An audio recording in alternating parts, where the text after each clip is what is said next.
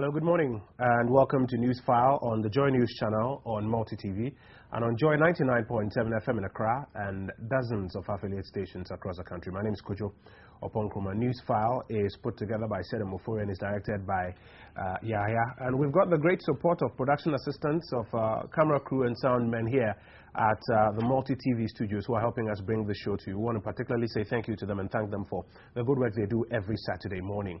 This week, there have been some very interesting developments, mostly on the political landscape, that we will be considering this morning. When my guests join me and I introduce them to you, they're going to help us with analysis on the number of subjects I will be following up on this morning on Newsfile. First is the road to election 2012.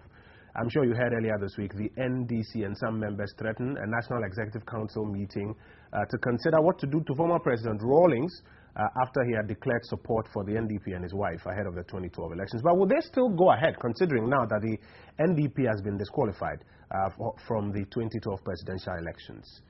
Talking of the NDP itself says it's going to court to try and get the right thing done following the disqualification by the Electoral Commission. A futile fight, or are we in for a surprise? We will find out as we get into our conversations this morning. And then we'll also talk about the EC and how it's handled this final day of filing and nomination. All of that under the road to election 2012. Number two is the president at the IEA. He spoke at length about a number of things, 4 major themes that the NDC is considering ahead of the elections, and he answered questions that were fielded by persons who were present, representing various interest groups. How did he fare? How were his responses to the questions? We'll do some analysis this morning. But while we do all of that, there's a question coming up as to whether or not the NDC is allowing the NPP's free SHS to take momentum out of its campaign message. Some are suggesting that they can't quite seem to see clearly where the NDC message stands strongly in the minds of many, considering that it sounds as though they are just responding to the NPP's free SHS promise. Number three, we'll talk about campaign funding. I'm sure you have heard some groups accuse the NDC of taking funding from Chinese companies and therefore closing an eye to what literally some of the Chinese are up to here in this country. I'm also sure you have heard some persons close to the NDC accuse the MPP of taking funds from the Ivorian president, Alassane Ouattara. We'll find out about campaign funding. What are the truths? What are the propaganda spins? But most importantly, what do we do about campaign funding moving on? And finally, the Supreme Court this week has delivered 2 rulings on electoral areas, district assemblies, and some say even constituencies. What will be its effect in the 2012 elections? We'll find out. This is Newsfile. Newsfile is brought to you by the Bank of Africa, as strong as a group and as close as a partner, and by MTN everywhere you go. My name is Kojo Oponkroma. Welcome.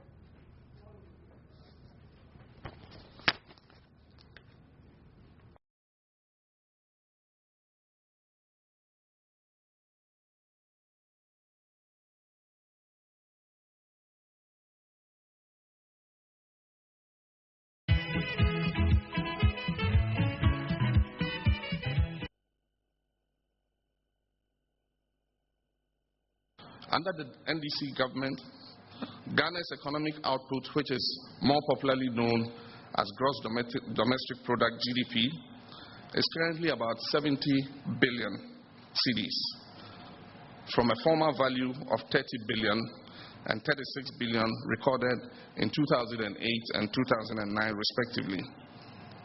These are among the latest or end September 2012 projected figures released by the Ghana Statistical Services. This is a sign of an economy growing by leaps and bounds.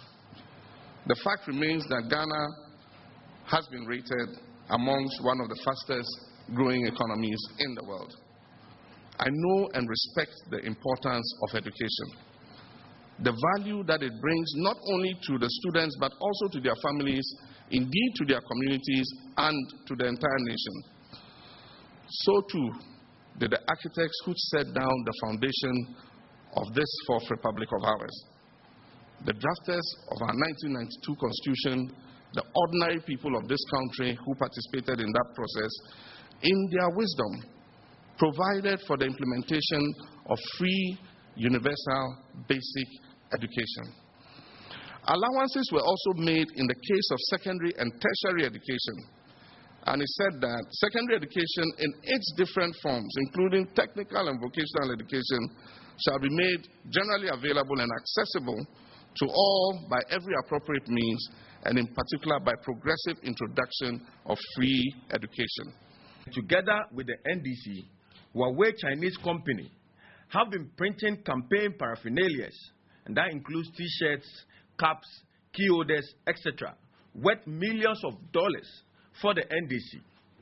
It has to be said that even after the death of President Mills, President John Mahama continuously enjoys this facility.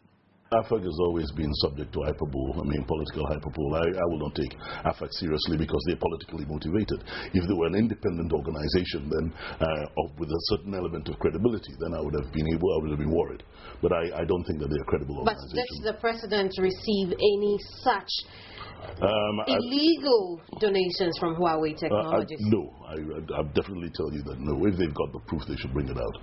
But they had some receipts and some invoices. Well, I haven't looked at them, and I think that when we look at them, we'll see. But I don't think that we've done anything. As the mouthpiece of government, what do you intend to do about this? I'm the mouthpiece. We're working on it.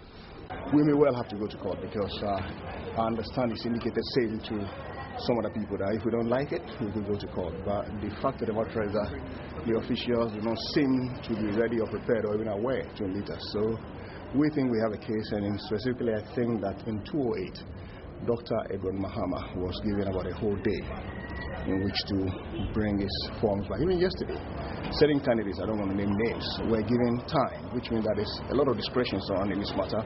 And discretion by public officials is governed by, I believe, Article 296 of our Constitution, which says that they're on a duty to act fairly and candidly. So we are saying that if there's one rule for one, there shouldn't be one rule for another. So we should be treated fairly, because the question is not about the bona fides of the sponsors or the nominees, or the nominators rather, but rather about whether or not one met a deadline. And of course, there's clear antecedents. In the Mahama case, of course, the Electoral Commission, of course, has power and discretion to do that. So we're simply asking them to get the right thing to be done, so that the Ghanaians will be in a position to make true choices as to who should be their president. That's what we're asking for. Receipt of nominations ended yesterday, but for now, we are done with the balloting, so we can look at that one. That issue can only be handled by the Commission. And I heard their General Secretary on air indicating that they were coming to meet the Electoral Commission. So I'd rather we talk about that one at a later date when they have met with the Commission. Dr. Farjan has indicated that nominations have closed. So I don't know what's going to happen next. As we create this vehicle on such a high moral ground, let us stay strong. What attempt did the women under the leadership of Nana did not make? They've always been our backbone, made it possible to win elections over and over. Did she want to be president? That was not her initial desire. She humbly decided to join the party so that she could help to bring the NDC on course. But no, the leadership had to thwart every effort, humiliate her, insult her. That's why she left and decided, in that case, she's going for the presidency. There is no doubt in my mind, come what may, irrespective of whichever party wins, I think the NDC will see a proper revolution. Yes, someday.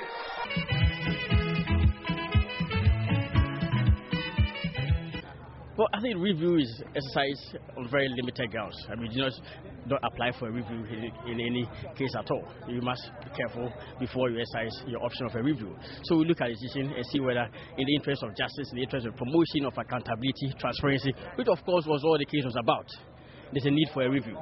But I doubt it. I don't think we'll go for a review. I think it is one that will rather put a restraint on the exercise of transparency and upholding the rule of law in this country. I mean, clearly, the judges were of the view that it ought not to be applicable because it will have very devastating consequences, especially when account is taken of the fact that there are various decisions of the government and other agencies of the government which have not been in compliance with Article 296C since 1969. So I wonder how, on the basis of political expediency, an application of the Constitution can be excluded.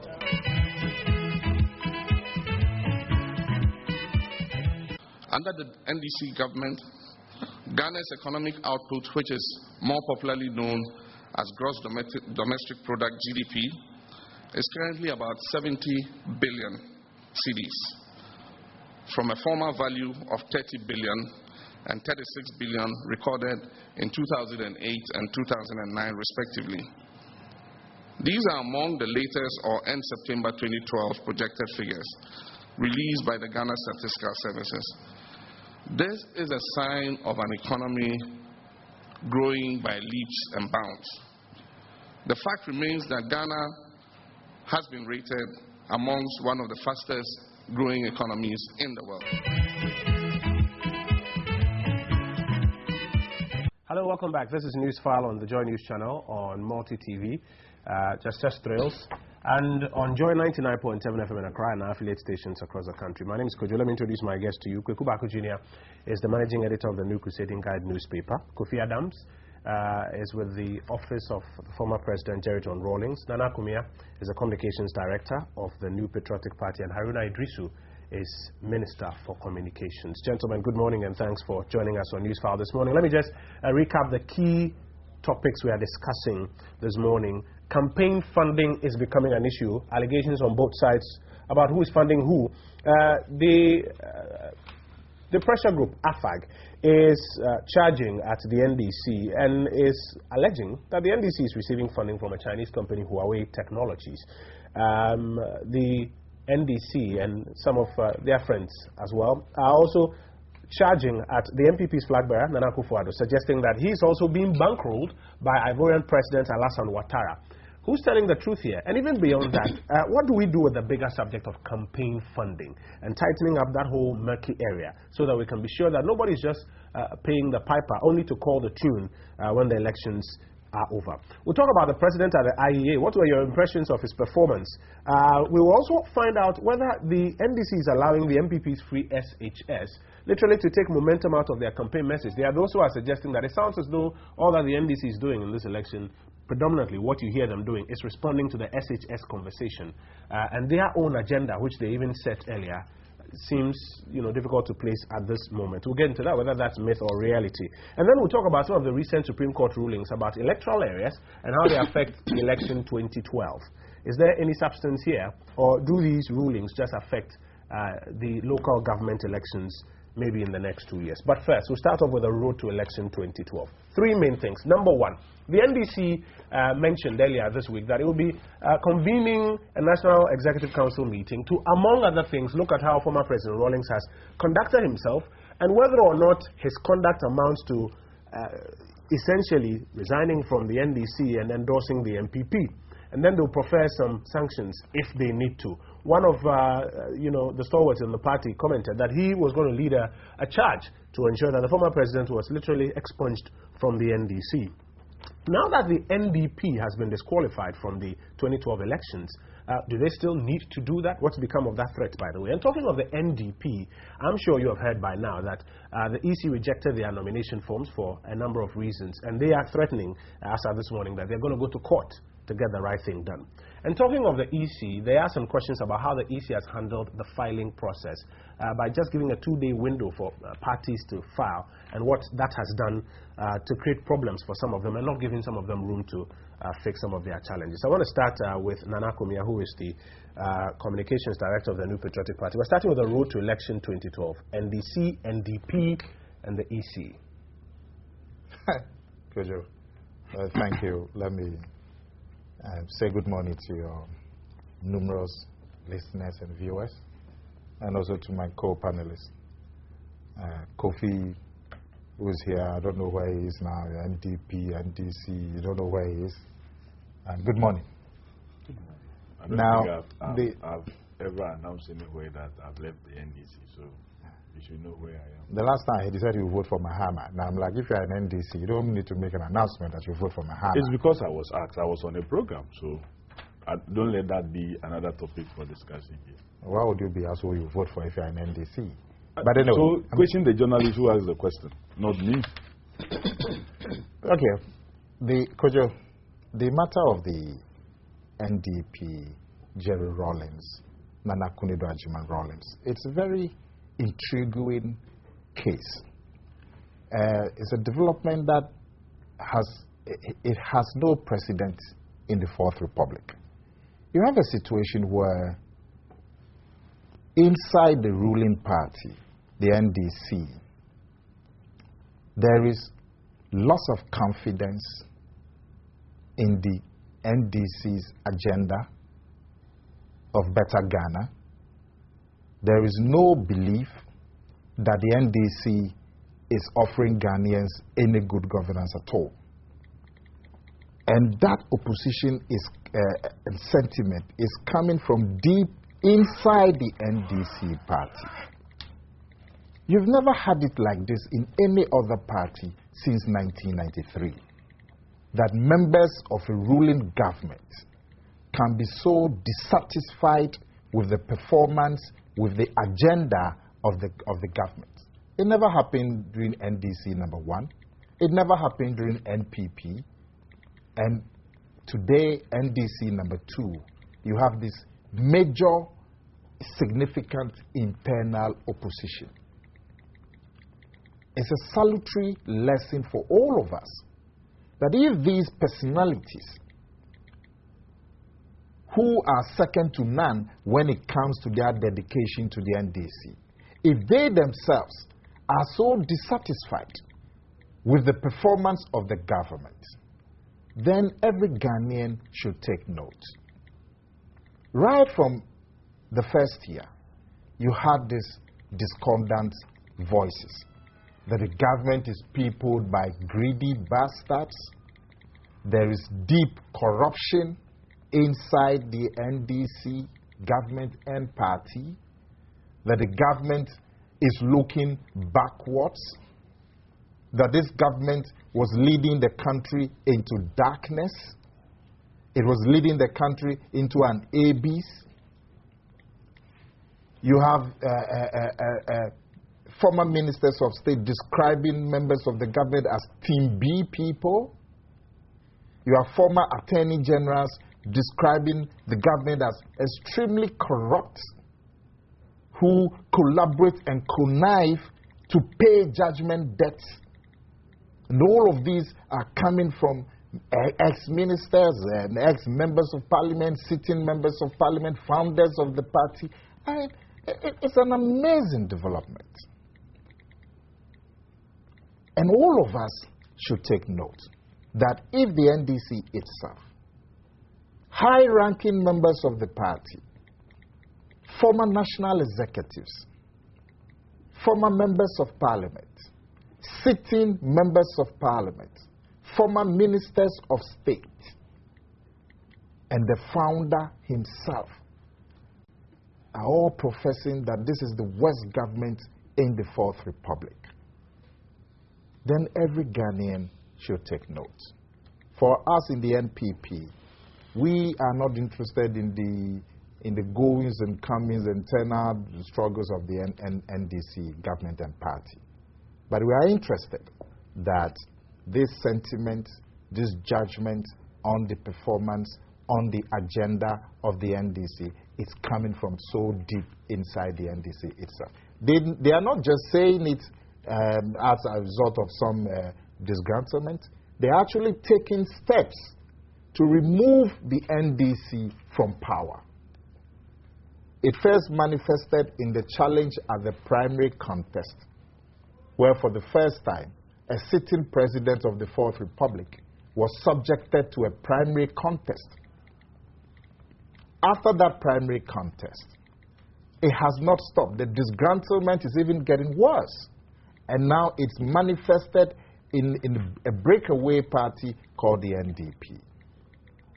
So it's a lesson for every Ghanaian, and the NPP will want every Ghanaian to take note of this happening inside the NDC. But it just may be that the NDP, if things stay the way they are, may not participate in the 2012 elections. Does that take anything away from your calculation? No.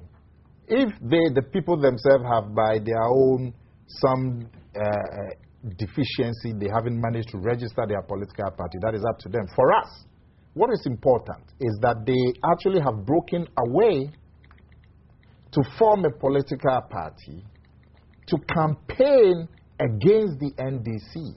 Whether they get registered or not, they are still a political party. It's a registered political party that is going to engage in legitimate political activities. Now they have broken away from the NDC. What is the purpose? To support the effort to remove the NDC from power. For us, that is the salutary lesson. What do you make of how the EC has handled this filing and nomination process? The NDP and a few other parties were unable to correct the final challenges that they had with their nomination forms, and as a result were rejected. This morning, the NDP and its officials say they're going to go to court to compel the EC to take their nomination form so they can still be a part of the process. Some are pointing fingers at the EC, that the EC itself hasn't handled these final bits well, and that's why you're having some of these skirmishes. What do you make of that? Yeah, the process has been fraught with so many difficulties, so many controversies.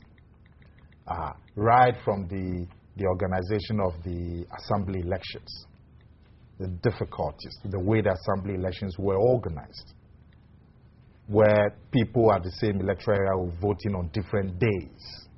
It's never happened before. Total mess in the electoral process leading up to the elections.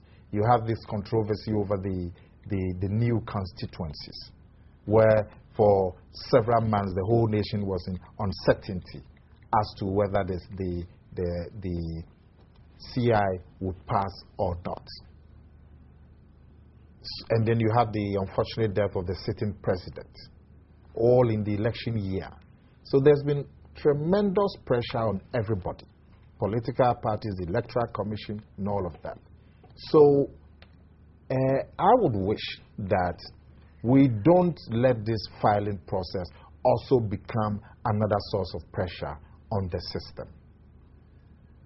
Now, with all the difficulties that have attended upon the process over the past 1 year or so, I would wish that the Electoral Commission, so as these parties that have been, whose filing has been rejected, that they also don't subject the process to legal review and all of that. I would wish that the Electoral Commission would, after the necessary consultations, extend the period for a day or two, so that all those who have been refused and who may smell unfair treatment can now have a second chance to do what they have to do and remove this as a source of further tension leading up to the elections. Isn't this an indictment on the parties that were unable to get their house in order even within this period? If you're ready to lead and you're ready to find the necessary resources and do diligent work to run our country, you still should be able to put your act together even in a tight window. Do they need more time?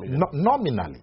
If some people have managed to go through and you don't go through, it talks about your own ability to organize yourself, nominally. But if you listen to them, they are also making claims and counter-accusations and all of that. I believe we don't need that. That if a one-day extension or two-day extension would clear all the doubts and all the claims and the counter-accusations, let's do it. And when the Electoral Commission brought the CI to Parliament, we had to even sit on Saturdays and all of that. Several mistakes. We said we wanted the process to go forward, Saturday sittings and all of that, so we can get it right. If somebody's missed the filing by some technical challenges, let's give them a day or two to correct it. Because you listen to some of them, they are making claims, they are making accusations, they are threatening court action and all of that. I'm saying we don't need that 1.5 months to the elections. So if a day or two if after a day or two you are still not able to file, the whole nation would see that some extension was made to you and you still could not. I believe that we should look at that in the interest of having a smooth process as we go towards December 7. It's 35 minutes after 9. This is Newsfile on Joy News on Multi TV and on Joy 99.7 FM in Accra and affiliate stations across the country. Please send us a text 1422 across networks or 1760 across networks. You can also post on our Facebook or facebook.com/joy997 or send us a tweet. My handle is KO Nkrumah. We've tweeted the various subjects we are discussing, so join us with your tweets as well. Kofi, let me come to you. NDC, NDP, and EC. Thank you, Kojo, and my respect to your viewers and listeners. They should have a lovely morning. NDC, NDP, EC. It's a difficult situation. We are far behind time. The Electoral Commission is racing against time. You know very well, new constituencies have been added. A timetable has been put out there for filing. It's been difficult for some parties to be able to make it according to the Electoral Commission. We do not know whether that is true. Some are contesting it. I've heard the Independent People's Party say they will go to court. I've also heard the NDP organize a press conference saying by yesterday 6 p.m. if they didn't hear anything, they were considering going to court. I've also heard the Ghana Madam Akufo-Addo's party. They also said they want to go to court. So it's an interesting situation, and that is where we find ourselves. Ghana is a country that is practicing constitutional democracy. So if any party feels done in by any institution, if you cannot resolve it through dialogue, the place to solve the problem is our courts. It's like the issue of the 45 new constituencies, the CI 78. When dialogue did not work and Parliament was going ahead to do it, some Ghanaians thought that they wanted to go to court. They went to court. The Supreme Court has made a pronouncement, and that is a finality. We have to abide by it. That is what we practice in Ghana now. So if the parties feels done in any way and they have decided to go to court, I think that is the place to go. It is not for me and you to sit here and we may talk.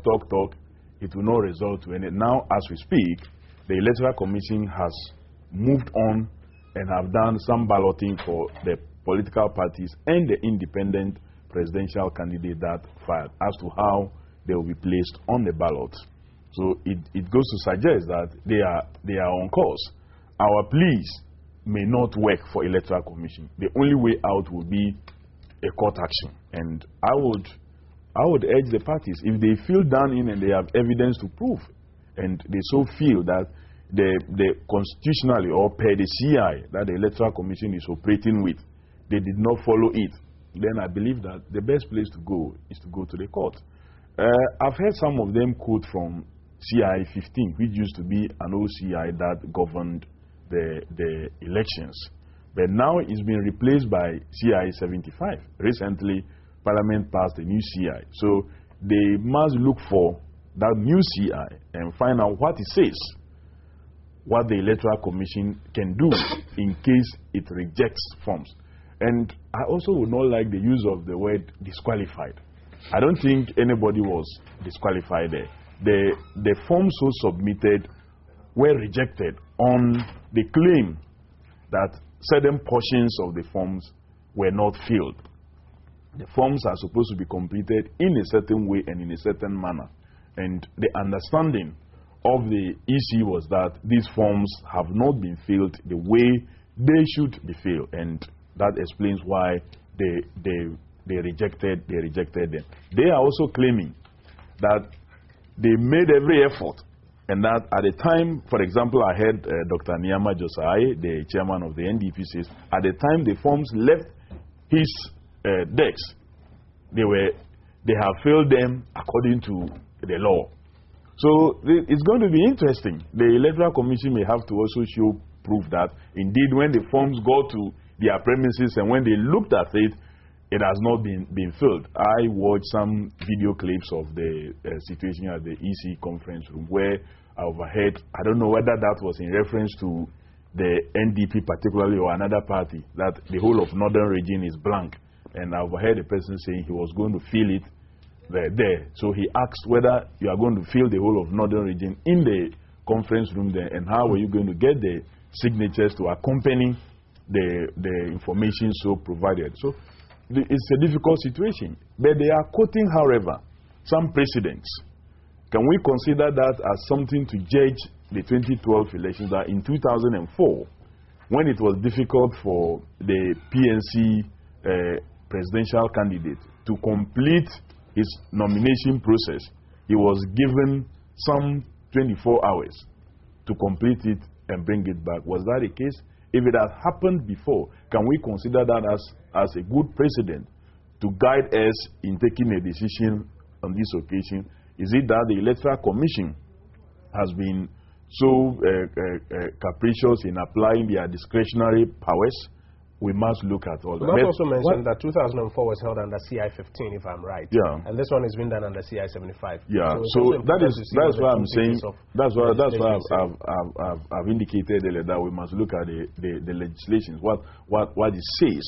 But then where I do not want is, because we must not begin to go into the realm of accusations at this level, where we are too close to an election, where we'll be accusing, like I've heard some people say, His Excellency the President called the Electoral Commission to say forms should be rejected. How the President will know that Party A or Party B is not able to fill column C or column that, and so therefore reject their forms, is still a mystery to me. I don't think that is what we need to be going. What we need, if we feel that we feel done in by the Electoral Commission, which is mandated by law to receive nominations forms of various persons, that is where we should take it up from and challenge that process. And the best place to go now, where we have reached, to me, is the courts, because balloting has happened, and a lot has gone on.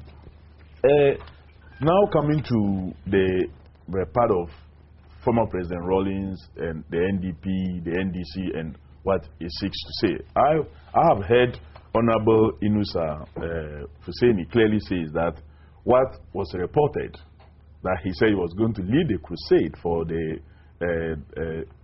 removal or the dismembering of the founder of the party, is not true. That he never said so. I've heard him say so on this same, not the same platform, but using this medium of PM Express, one program that is done on multi-TV, that I joined on phone. I've also been told that he spoke to some radio stations in Tamale and completely denied that he's been misreported, and that what he was trying to say was that if there was an endorsement of another candidate of a sort, then it seems like doing something against the party. But even moving away from them, there are many persons who have said that they have no problem with President Rawlings' appearance at another party function, and that the problem they have is what he said. Then that brings me to a question whether President Rawlings at that function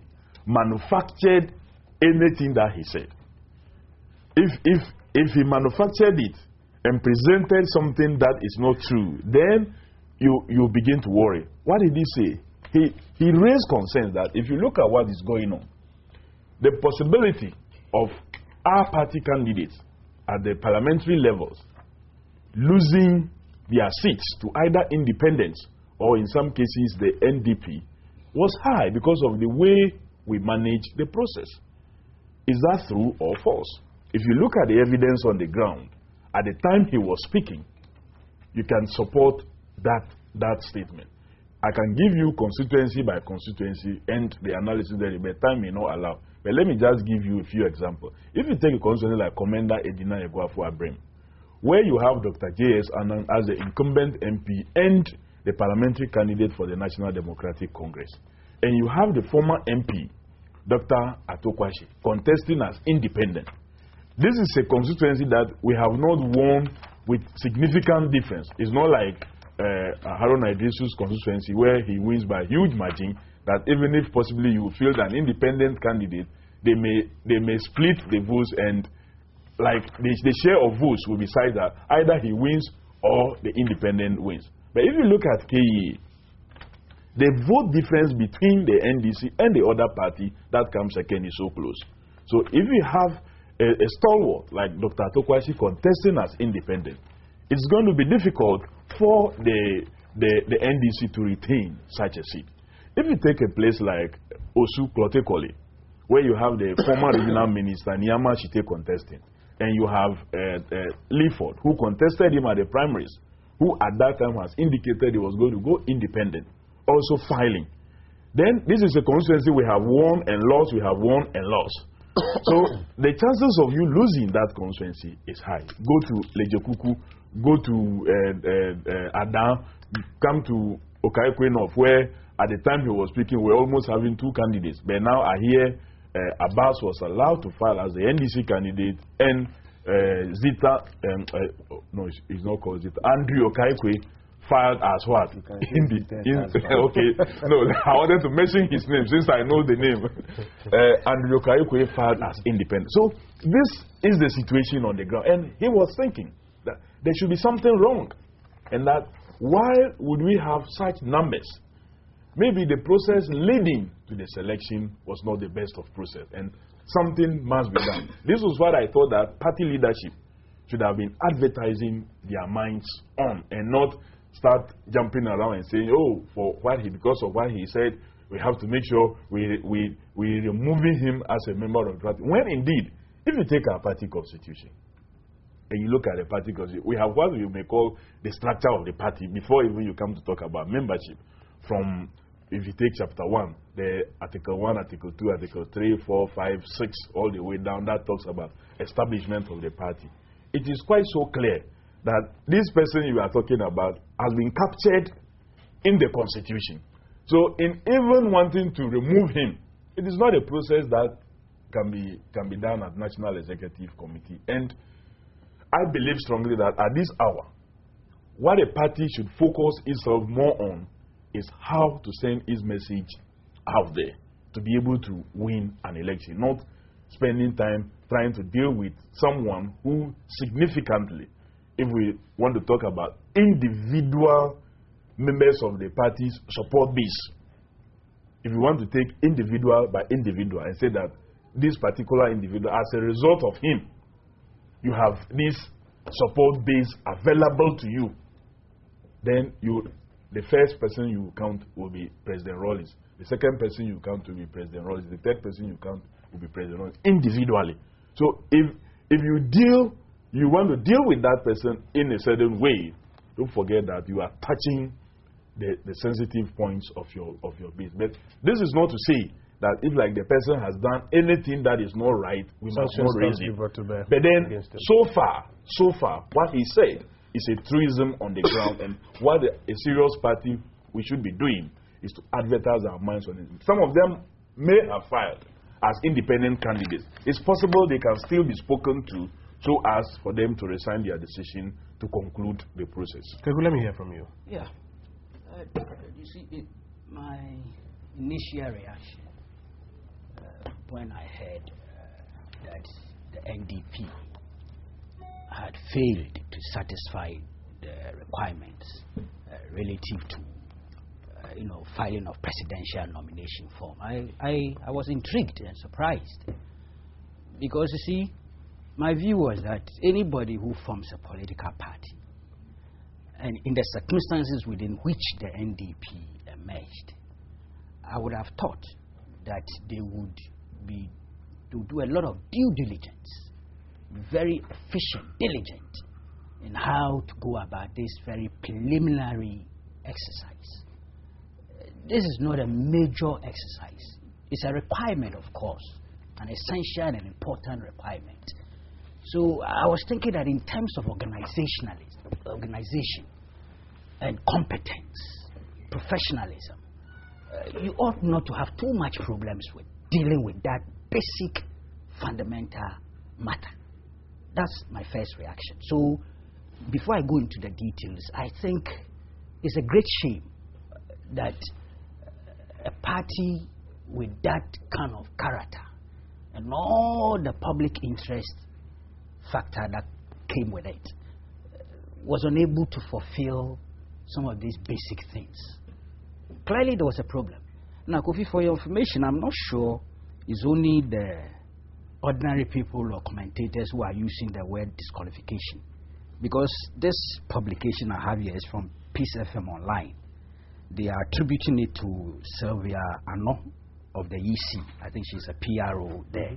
And I'll quote that particular paragraph. It says the Electoral Commission spokeswoman, Sylvia Ano, told the AFP news agency that, quote, there were major errors on their forms and they could not meet the deadline to rectify them. Hence the disqualification. The operative word here is the disqualification. Portions of the nomination forms were not properly filled by the National Democratic Party. So you have even somebody who should know better or who represents the EC who is also using the word disqualification. I appreciate where Kofi is coming from, because if you read the enabling legislation, CI 75, yes, a copy of which I have here, and I have the CI 15 also here. I've been reading, I see what you may say invalidation of the forms rather than disqualification of the person who is filing. This may be fine legal extensions. I'm sure lawyers would tell us that they mean different things, but I'm a layman. So, and I realized that the General Secretary of the NDP at their press conference was also relying on CI 15, which was a surprise. Because one, he's a lawyer. Two, he's the acting General Secretary of I think that's the chairman. The chairman, rather. Yes, I'm sorry. Thank he's you. not the substantive chairman. Yeah, thank you. Thank you for that. To rely on a legislation that has been repealed, I thought that could be part of the problem of the lack of readiness of a political party relative to what it ought to do. At this level, there is no excuse for ignorance relative to the enabling legislation that guides your operations and work. But having said that, reading both CI 15 and CI 75, I realized that those relevant portions are not too different. There are slight modifications. Otherwise, essentially, the trust were retained. But there were few differences, significant ones. You know, I don't know. I haven't seen the forms. But I believe that there was something wrong with their forms, in the sense that they were not completely filled. I believe that could have created... So Josiah says when the forms were leaving his desk, they were fully filled. So when they got to the EC, they were not fully filled. Then they should check with him as to how that happened, how those changes could have happened. Because I'm convinced in my mind, I have spoken to some few EC people. I don't have their authority to disclose their names here, so I wouldn't do that. But something was wrong with the forms. There were discrepancies. The issue now is to find out what the law says when this happened. And I think we all know. If you go into CI 75, I'll use that because that's the current one. And I believe it's 7.2, particularly B. The returning officer shall inform a candidate that the candidate's nomination is invalid where, let me read both.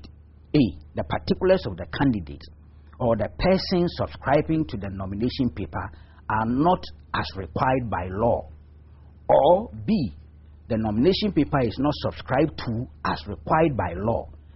And this is the critical place. And shall give the candidate an opportunity to make amendments or any alteration necessary within the stipulated nomination period.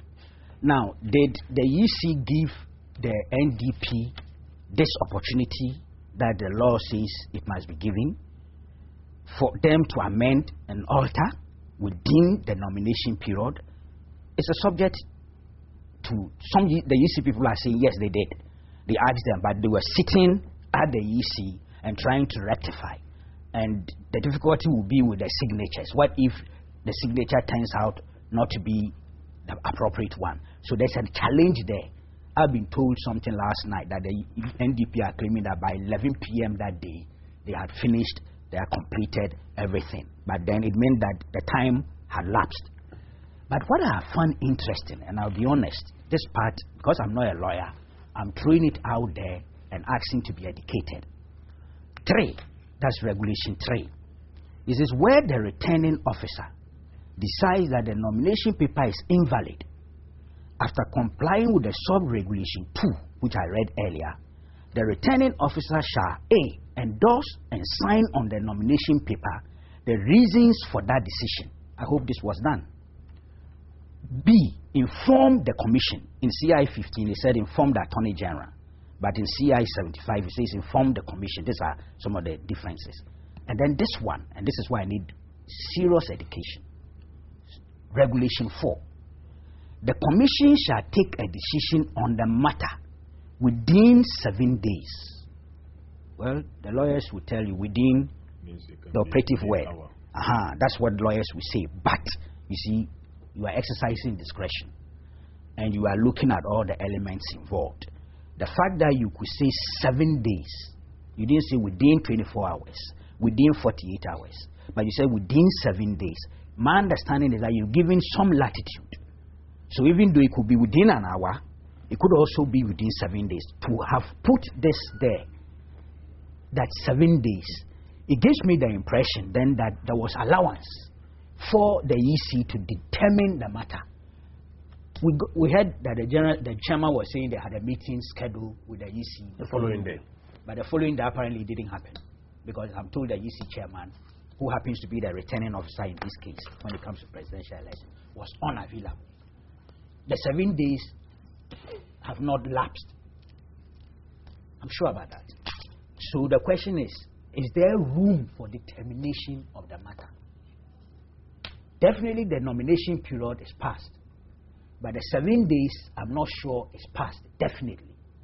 But in view of the fact that they've done the, the balloting, it creates the impression that as if they have concluded. The door is closed. You see? So that's where I am having a difficulty. But the challenge also is that the 3 that you read, yes, did the party, like the IPP, after they've been asked to go and correct, were they able to still resubmit within the nomination? That's what you mentioned earlier. I've made those 2 points. So if they are unable to resubmit within the nomination I've made period, those 2 points, but it still gives you some allowance for determination of the matter. But it's still by the EC, the determination, obviously according to this law. No, so, but as I said, I'm a layman. I would need some little education from legal. I'm sure I will have to say on it. I just want to quickly, tie this one up with you. So, assuming things stay the way they are, does the absence of the NDP take anything away from the process ahead of us? Well, I have been accused of being very harsh on the NDP for a variety of reasons. But I, in my very candid opinion, didn't think the NDP was going to have any serious impact in the election 2012. I didn't think so. Maybe in some impact, they say effect. Which is which? Go ahead with this. Yeah, no. The host, you guide me. Impact, effect. Go ahead. Is there any difference really? It's essentially the same. Yes.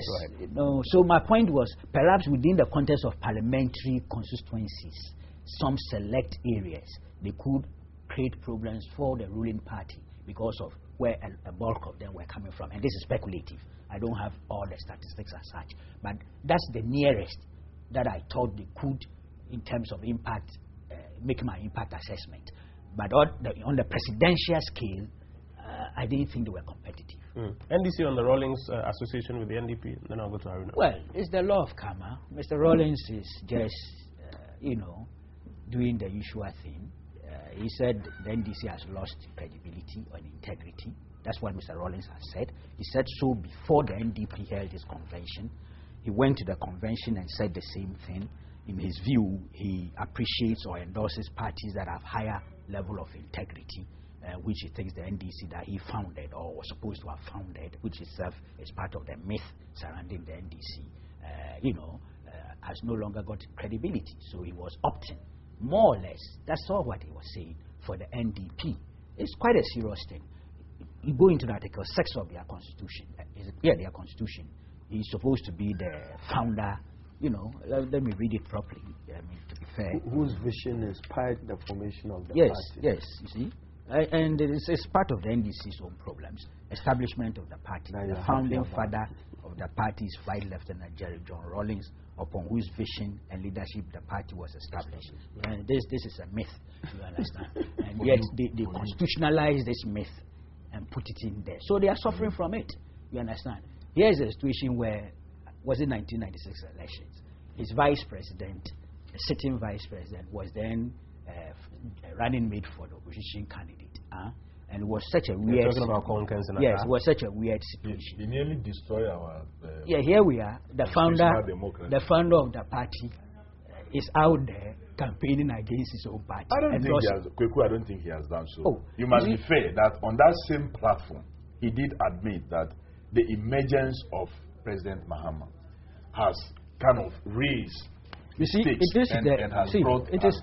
is part of the problem the NDC is suffering. And the double speak, triple speak.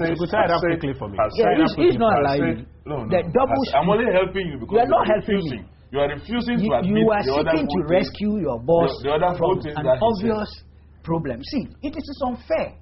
I don't want to go too hard on the rolling. Yes, but quickly, do you think that the NDC should bother about whether or not they should exact some sanctions? This is a self-inflicted collective agony. The NDC is not going to be able to come out of this kind of agony. Take it from me. You are just collected words. You are really having a difficulty listening to me today. But his boss has admitted that his work is difficult. Oh, I see. It is so unfair. You see, but somehow, I'll be honest with you, I think I'm enjoying it too. I have to be honest, because the way and manner they went about forming this party, the political fraud they perpetrated on Ghanaians, the illegality that informed it, we have come full square. Haruna is asking for a copy of the Constitution. I don't know why he wants to start. It's the law of karma that has caught up with the NDC and Mr. Rollins. Haruna, let me hear you. As I listen to my colleagues and my ranking member speaking earlier, supported by Kofi-Addo, spokesperson for the Rollises, and Kweku Baku, I'm minded to contribute to this discussion at two levels. One, to take on board some of the criticisms of CI 78 and the ruling of the court. And two, to look at the future of the NDP as a competitive or a destructive political party, whichever way you want to look at it. Now, coming from Nana Akumia, who started by saying how early and emphasizing timing. Now, the ruling of the Supreme Court in the matter of CI 78, in dismissing the application, you just need to ask yourself, what was the litmus legal test for any constitutional instrument to be lawful or constitutional? Per the provisions of our Constitution, Article 11 is definite, which also comes at another level of Order 77 of the Standing Orders of Parliament, which says that an instrument of Parliament, one, must be laid before Parliament, two, gazetted and published on the day it is laid, and three, pass a mandatory 21 sitting parliamentary days. Did CI 78 meet this minimum constitutional requirement? My answer is in the affirmative, an absolute yes, and I think that made it legal and lawful. Now, there are persons who have raised questions as to whether the Electoral Commission acted within the limits of the law or acted constitutionally. You can look at the combined effect of Article 45, 47, and 51, and you will appreciate that the Electoral Commission only exercised a mandate which is lawful and a mandate which is legal. Now, taking it from there, I think that we must respect our institutions, particularly our constitutional bodies and every other institution of this country. Now, two, this country is governed by the rule of law, and we all must uphold and respect the law. Now, talking about timing, just for Nana Akumia's appreciation, if you read Article 47.5, it reads, the Electoral Commission shall review the division of Ghana into constituencies at intervals of not less than 7 years or within 12 months after the publication of the enumeration figures. So any person in Ghana who reads this constitution after the population census of 2010 ought to have known that there was a possibility that the Electoral Commission will review the electoral boundaries and electoral commission. Indeed, Dr. Afarijan is quoted to have said as far back between February and April that I will create 45 new additional constituencies. So it could not have come to any political party, save the unprepared, save those who have refused to apprise themselves of the provisions of this constitution, not to appreciate that he had done what is legal and legitimate. We've listened to our colleagues on the other side, particularly in the MPP, and their argument is that don't demarcate only on the basis of population quota. Now come back to the same constitution under Article 47(1). I'm going to read 3 and 4 in particular. The boundaries of each constituency shall be such that the number of inhabitants in the constituency is, as nearly as possible, equal to the population quota. That is 47(1). But 47(1) doesn't work alone. It goes further, and there the words there are not and or. It says 47(1), 2, 3, and 4. And 4 says that for the purpose of clause 3 of this article, the number of inhabitants of a constituency may be greater or less than the population quota in order to take account of means of communication, geographical features, density of population and area and boundaries of the region. I just give you 2 practical examples. You are traveling out to Salga from Tamale. There must be a boundary between the Tamale Metropolitan Assembly and the Salga District Assembly. In demarcating political constituencies, you ought to be mindful that you don't take communities or villages falling under Salga into Tamale South. So, and then also, for purposes of, if you are driving, I'm still using Northern Region as my boundary. From Sola, which is the end of Northern Region, you are entering Tuna, which ends Northern Region into Upper West Region. When you are demarcating, be guided by those geographical boundaries. That you don't take villages or constituencies in Northern Region and add them to constituencies in Upper West Region. So, just bottom line, demarcation cannot be constitutionally on the basis of only population quota. I understand, but tie that with NDC, NDP, and EC for us. That's what we're discussing. Yes, so I think that we should respect the Electoral Commission. And I respect. Oh, yes, when you question them unjustifiably. I have listened to unjustifiably. You did. Let me recognize Kweku, even his legal mind. He admits he's a pocket lawyer. No, but not just pocket. He's demonstrated an appreciation of the law. Now, first of all, and Kweku exposes it. Judge Aya and the NDP probably were relying on CI-15 in filling the nomination forms, instead of relying on the existing legislation, which is CI-75, which has been revoked, or better still, as Kweku said, repealed by CI-75. Now, 2, you are told again that on one breath, you are told by the party chairman of that party that they had completed the form. At the time it left his hands, he must blame his emissary who carried it to the Electoral Commission and not the Commission. 2, what prevented the candidate herself from filing the process, given the importance or significance that she ought to attribute to this particular exercise? Because the returning of it provides. In fact, I just use myself as an example. I'm supposed to be abroad for Telecom World. I cancelled it because I wanted to file my nomination papers personally, even though the conference will be over 18th and 19th of this month.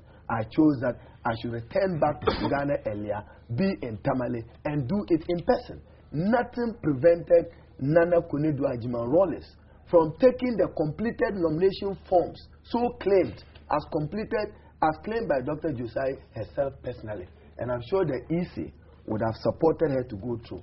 When I went to submit my nomination forms, and I'm just saying these are practical issues, behind the forms, you see supporter. So I'm sure my colleague has gone through it. You needed the supporter to sign. So I got 2 of my supporters who accompanied me to the commission to sign. Then the district director and his returning officer said that no, the supporter must be one of those who have proposed you. I went to CI-75 and told him that no, the law didn't say it must be. It says the law is silent on supporter. But to be on a safer side, I refilled that particular form to satisfy the Electoral Commission, even though I could insist on law. So I think that NDP qualification or disqualification, notice of election was published It's part of CI 75 that within this period, nominations will be open. In fact, it was captured in the Daily Graphic newspaper front page in a statement signed by the Deputy Director General of the Commission, Mr. Sapo Kantanka, that 17th to 18th nominations will be opened. If you were preparing to contest elections, desirous of contesting elections, you ought to have taken what Kweku said, diligent steps in making sure that you avail yourself and you satisfied every legal and constitutional requirement that gave you the opportunity to be able to run the election. Now, I hear Kofi-Addo attempting to drag the president in, and that person is claiming that he made a phone call. You see, let's not beg the issues. And let us be fair. Did you listen? No. I heard you. You said somebody is quoted to have said that there was a telephone call. And I'm saying they should not be dragging because how would Absolutely. So emphasize it. The president didn't even know whether the phones were accepted or not accepted until later when he left the IEA debate. I sat behind his AGC and nobody had access to him. I think you should rephrase your statement. No, he said you heard me drag the president into the... I was saying that the president must not be dragged into this. No, you should go back and correct it and move on. It's very important for you to go on record. So, how can you blame your failure? In law, there's what we call acquiescence. You cannot sleep on a right and wake up to claim it. They simply slept on a legitimate constitutional right. So you think the window is closed for them? I think so, very strongly. But I earlier heard some don't NDC forget, suggest that they will be happy to see the NDP run so that they could, literally show them their own. And I'm saying that the NDP, I am not sad. I'm not sad. You see, 7-day allowance is interested in 7-day allowance. Who is the returning officer? Is the electoral commissioner himself in respect of a presidential candidate. Now, he has made a ruling. Let's make a distinction between a chief executive and a board. When you talk about commission, which Kweku raised, the commission sitting as a commission with all its members is not the same thing as the commission exercising the powers of management. Dr. Afarijan is the chief executive of the Electoral Commission. He's taking a decision. He can subject it to a board approval, which will be his commission. I do not see any chance for the NDP participating in the presidential election. And that doesn't regrettable and unfortunately as it is.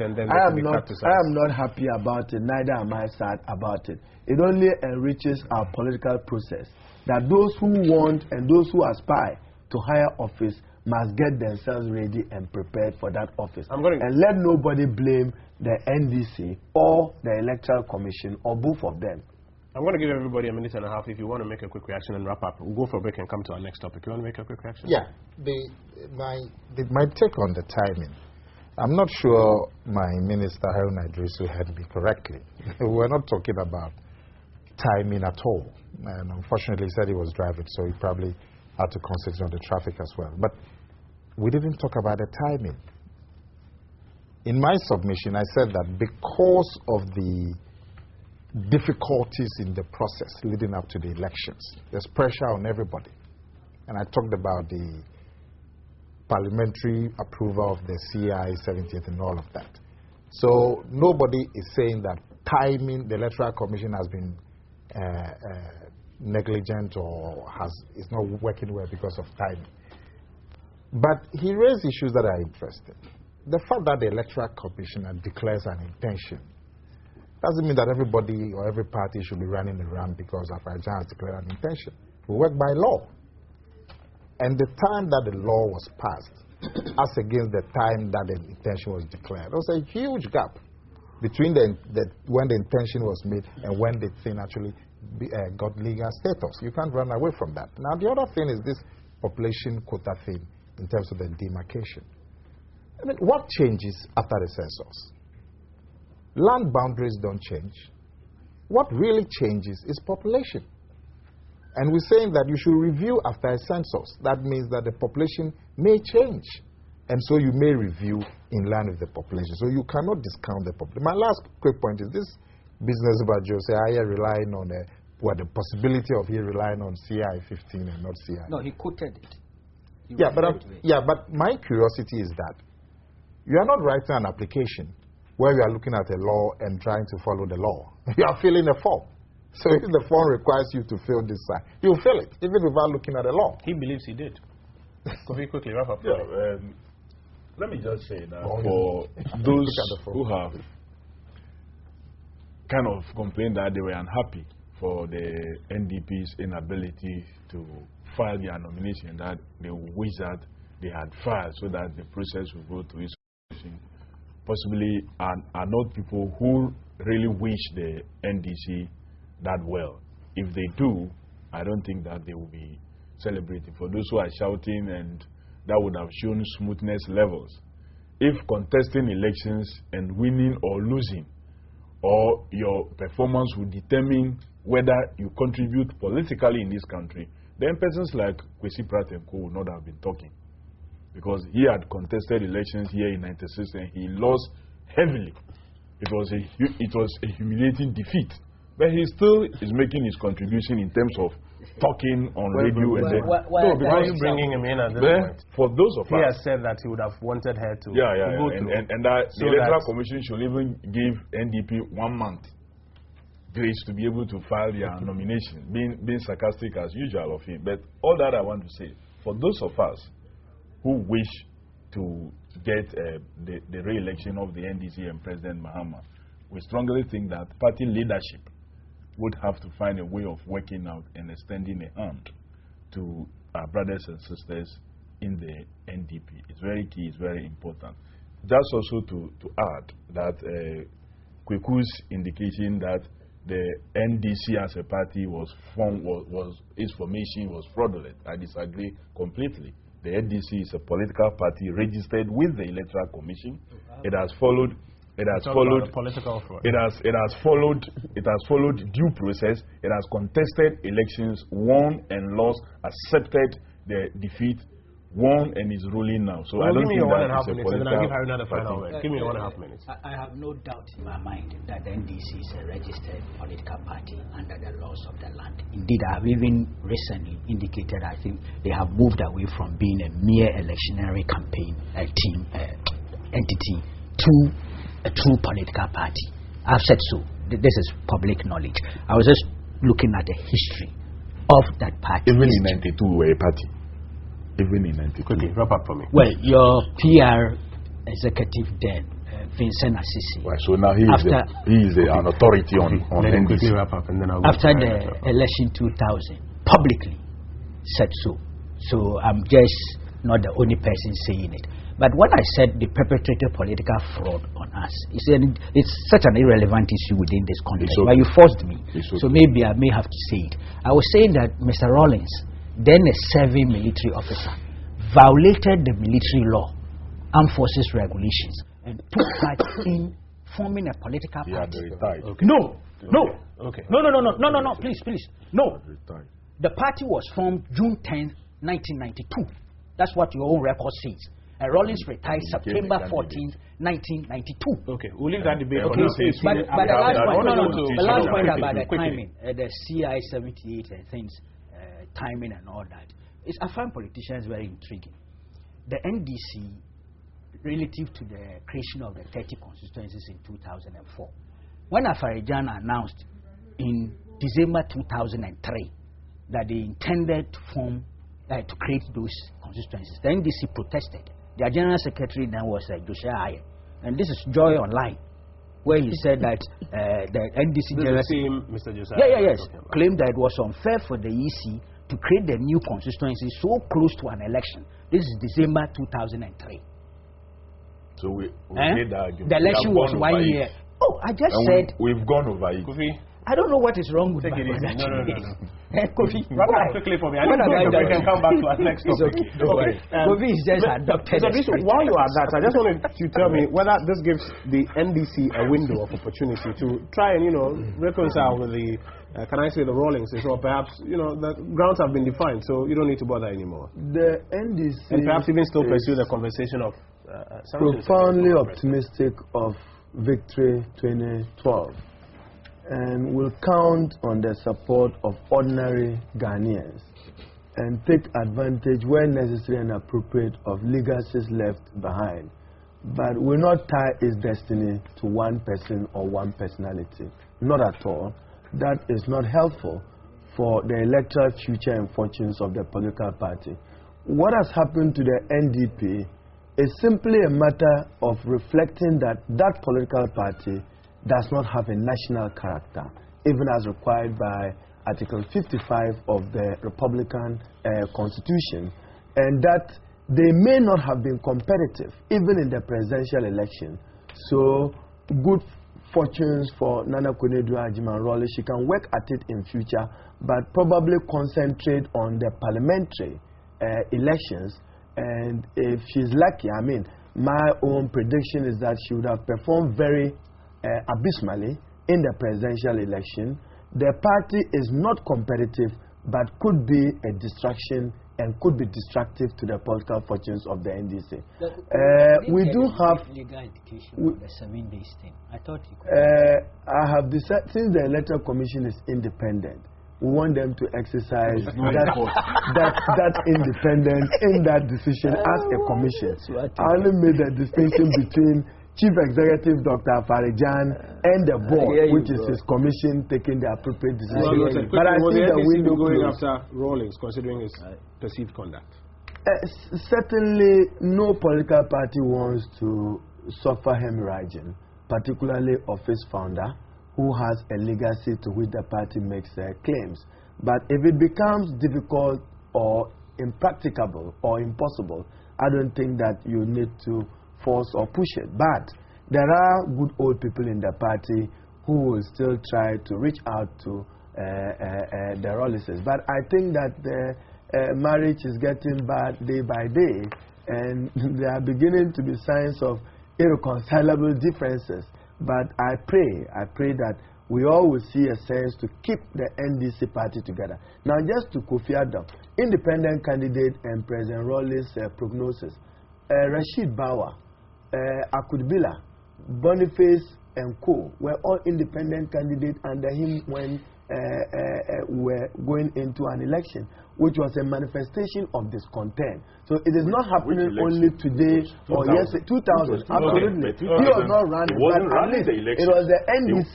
He wasn't running the election, yes, so you must admit so. I'm just saying that we all knew how candidates were selected. Okay. In the year so now it's 22 minutes after 10. We've got to take a break now. We've got to take a break now. This is Newsfile. We've got to take a break now. When we return from our break, we'll be talking. Gentlemen, we're going for a break. We are going for a break, gentlemen. This is Newsfile. We're going for a break. When we return, we'll talk about the president at the IEA. Stay with us.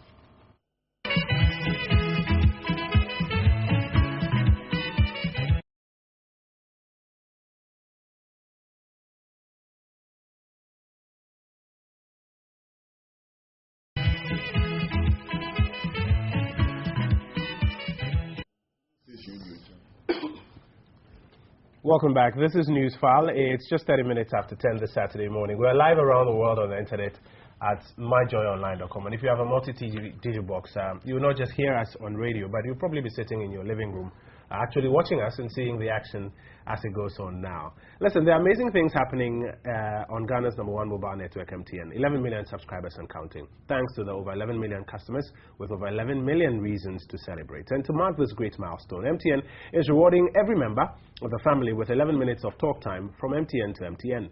Just stay active on MTN and get rewarded. With MTN, your connections are countless and possibilities are endless. It's everywhere you go. Abdullah says the EC in its own constitutional capacity, should extend the closing date for the filing of nomination forms to allow those that were unable to file their nominations to do so. I have another one from Felix in the crowd says, I think the EC has become too adamant and autocratic. It should listen to the voice of wisdom and extend the closing date by a day or two in order to avoid any legal battle that may hinder the electoral process.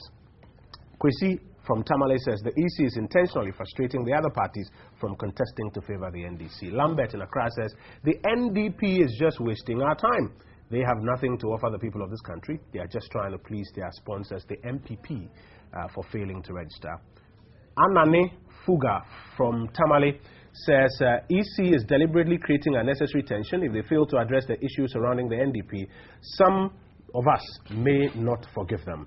Chachu in the Ashanti region says, please ask Nana Kume and the MPP whether they would have advocated for an extension if it was the NDC that was disqualified. And finally, Frank in Accra says, let nobody think it was a mistake that the NDP forms were not properly completed. Let me assure you that the leadership of the NDP, just like the NDC and its ideologies, know what they were doing. It's 31 minutes after 10.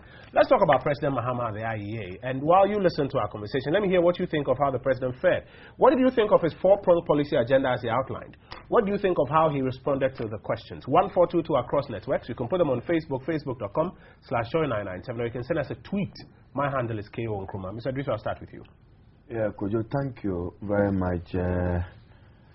President John Dramani Mahama at the Institute of Economic Affairs presidential encounter was exceptionally brilliant. He demonstrated appreciation of the issues, very articulate, and he dealt largely with a number of the development challenges confronting our country. And I was more convinced than before listening to him that the good people of Ghana will give him the nod to demonstrate in the next 4 years what he can do for Ghana. What was significant, one, was his answers to the questions were as natural as the questions itself, and it demonstrated understanding. One, he showed that he is committed to the peace and stability of the country and proud of Ghana as a country and proud of its future and determined to change the future for the good, for the benefit of the good people of Ghana. And I think that he was profoundly optimistic about the future of our country, that God make our country greater and stronger, and he would make a contribution to that. Now, in expanding infrastructure, as you said, he dealt with, maybe let me start with one, consolidating a strong and a resilient economy, which he highlighted, which was that we have enjoyed some stability in terms of sustaining single-digit inflation. We've enjoyed appreciable growth in the gross domestic product. We have engaged in improving public sector wages with single-spine salary, albeit with its challenges because no reserves are available for developmental interventions, even though public sector workers may be happy about it. And then he also dealt with building human capacity with health, education, and social protection agenda. For the purpose of today's debate, let me just concentrate on one of the major highlights, which seem to be the most dominant issue: free senior high school versus free compulsory universal basic education, and the commitment of the NDC to build a human capital that can support our national development. Kojo, credibility, we have a record. We said we would build 2 public universities. We've done that within the last 3.5 years, one in the Brong-Hafu, one in the Volta region. And we've said that we'll build a new one in the Eastern region, which will be the only region left in Ghana without such a facility. Now, let me come to the vexed issue of education so that you would appreciate what the president meant. Now, if you go to the directive principles of state policy under Article 25 and 38 of the 1992 Constitution, it says that free compulsory universal basic education shall be introduced 10 years after the passage of the Constitution. We are 20 years into the operation of the Constitution. Are we not ashamed as a country that we have not attained free compulsory universal basic education? Because there are many Ghanaian children who are out of school. The president himself gave the estimation at 18.6 million Ghanaians being out of school. So for this category of Ghanaians, a free HSS is meaningless to them because they cannot even access basic education. And the foundation is important. Ask educational psychologists. It's at that level you learn educational literacy and numeracy. And it's important that you are developed well. What the NDC and President Mahama has committed himself to is to ensure that by the end of 2016, we achieve universal basic education. Now go to the New Patriotic Party. I give you two reference documents. GPRS 1, GPRS 2, all under President Akufo. They admitted in those policy documents the failings in ensuring and achieving compulsory universal basic access. Now related to the MDGs, the Millennium Development Goals, Goal 2, universal access to basic education. And for me, the NPP is simply reneging on an international commitment and an international obligation to which Ghana is a signatory. In 2000, at the World of Nations, countries signed onto ensuring free compulsory universal basic education by 2015. Ghana is only 3 years away. You still have a sizable portion of your population not able to access basic education. And you have somebody giving you a mouth-watering political campaign rhetoric that I will give you free senior high school education, which is guaranteed under the Constitution as being progressively free. Now let me go further. That even those who argue that senior high school and tertiary education can ever be free, in 1997, I was accused when we went to the Akusumbo Forum to declare, 1, for the establishment of the GET Fund, 2, to introduce cost sharing. Paul Adumoche may want to educate you on it. What I went through in the hands of my good friend Egbert and Co., who stood on some values and some principles. Now, you are saying that introduce progressive free tertiary education. We already have a kind of national consensus that free tertiary education may not be possible on the basis of the Akusumbo consensus. You can call another meeting and depart from that particular position. So I think that it's important that the MPP appreciates that you cannot, one must precede the other. Free senior high school cannot precede free basic education. Yet you have not achieved free universal basic education and you are assuring that you will give free senior high school. In any case, the president went into the numbers.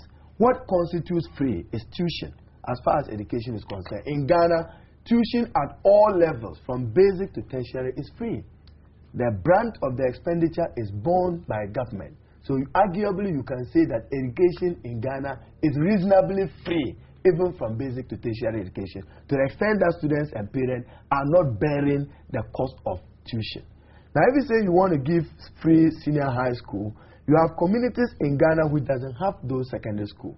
It will be meaningless to those communities if you assure them of a free senior high school when the facilities are I'm keeping this at 10 minutes for everybody. So let me use these 3 minutes of your bit to ask some follow-up questions. So the thrust of the president's argument when it came to education was that do what? Implement F-cube first before you think about going up. Before you look at a progressive free higher education. But beginning from senior high school. Did the president himself then therefore outline a clear plan for implementing F-cube? Absolutely. He said that in consultation with the stakeholders. He doesn't want to be the one to determine it. He's not an educational expert, as he said, but at least he was privileged to have a father who was a teacher. He is saying that with the stakeholders, for instance, what will make it free?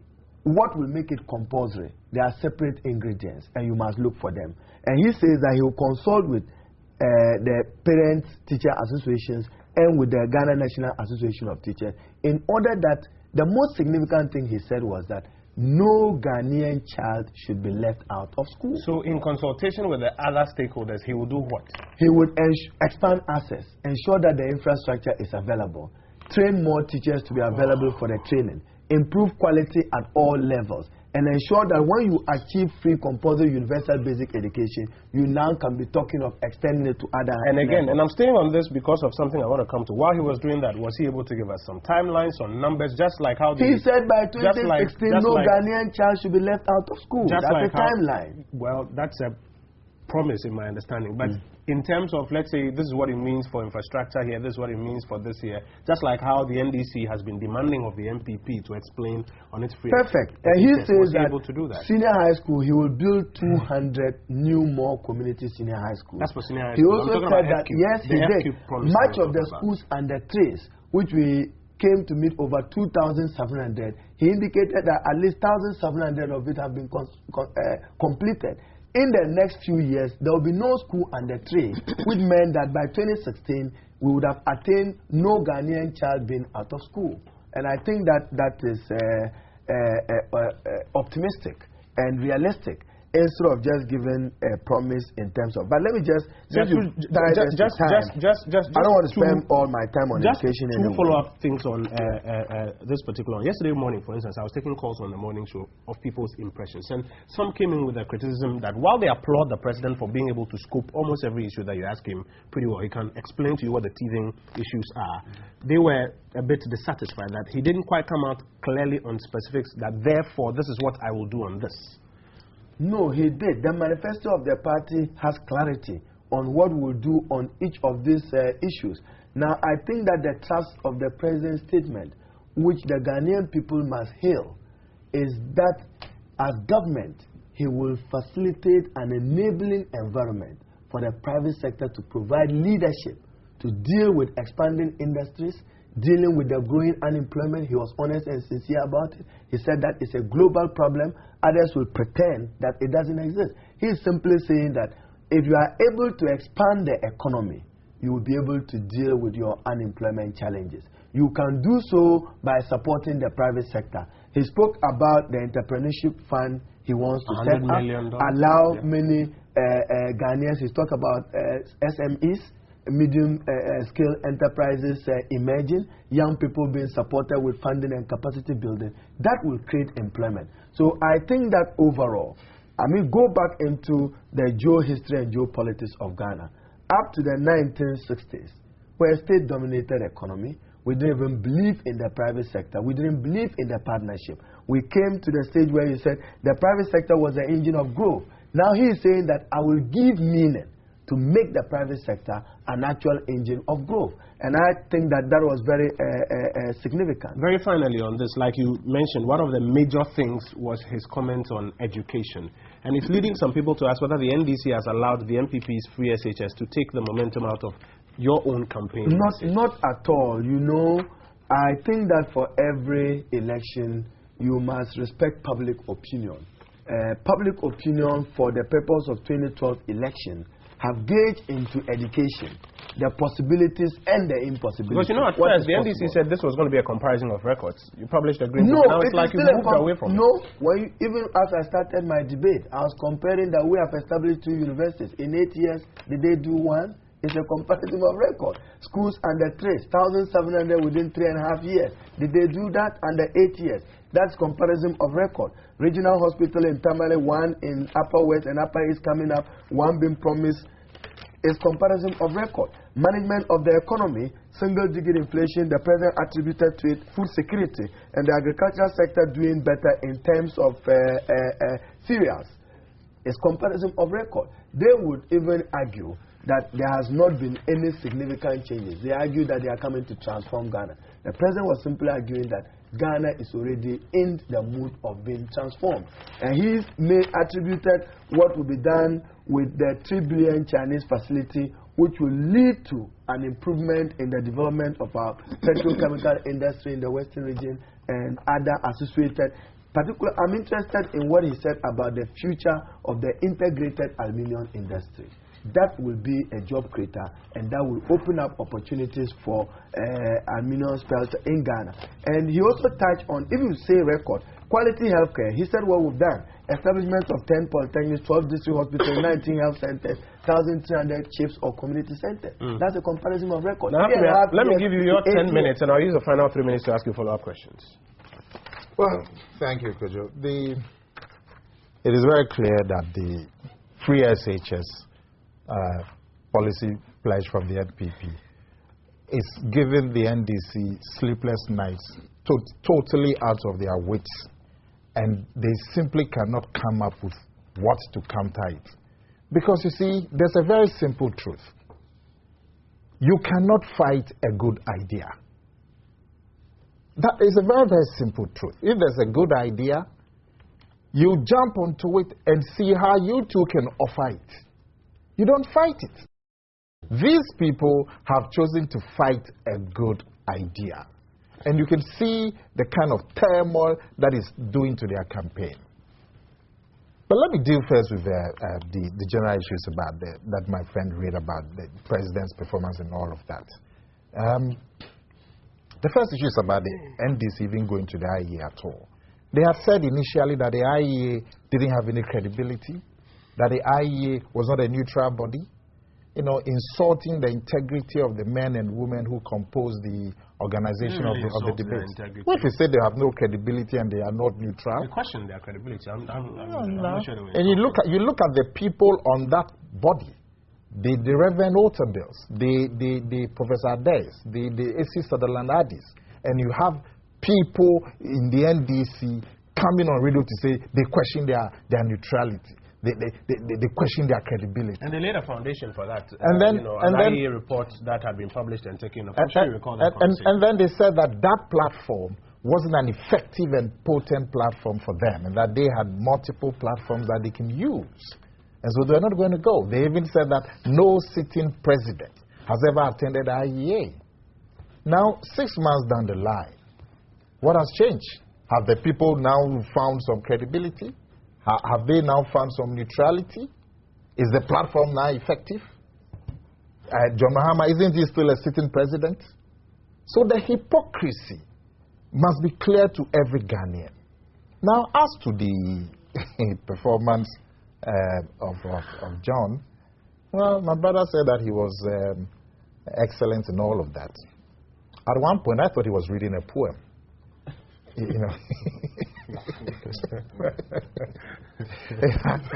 thought he was reading he had written a poem. Why were he was reading it because of the way of the delivery. There was no inspiration. You could see a few people nodding in the audience, nodding off. There was no inspiration. It was flat. John seemed nervous. I have seen John speaking at other platforms, and I thought that he didn't do well at all. He seemed nervous. He was fumbling.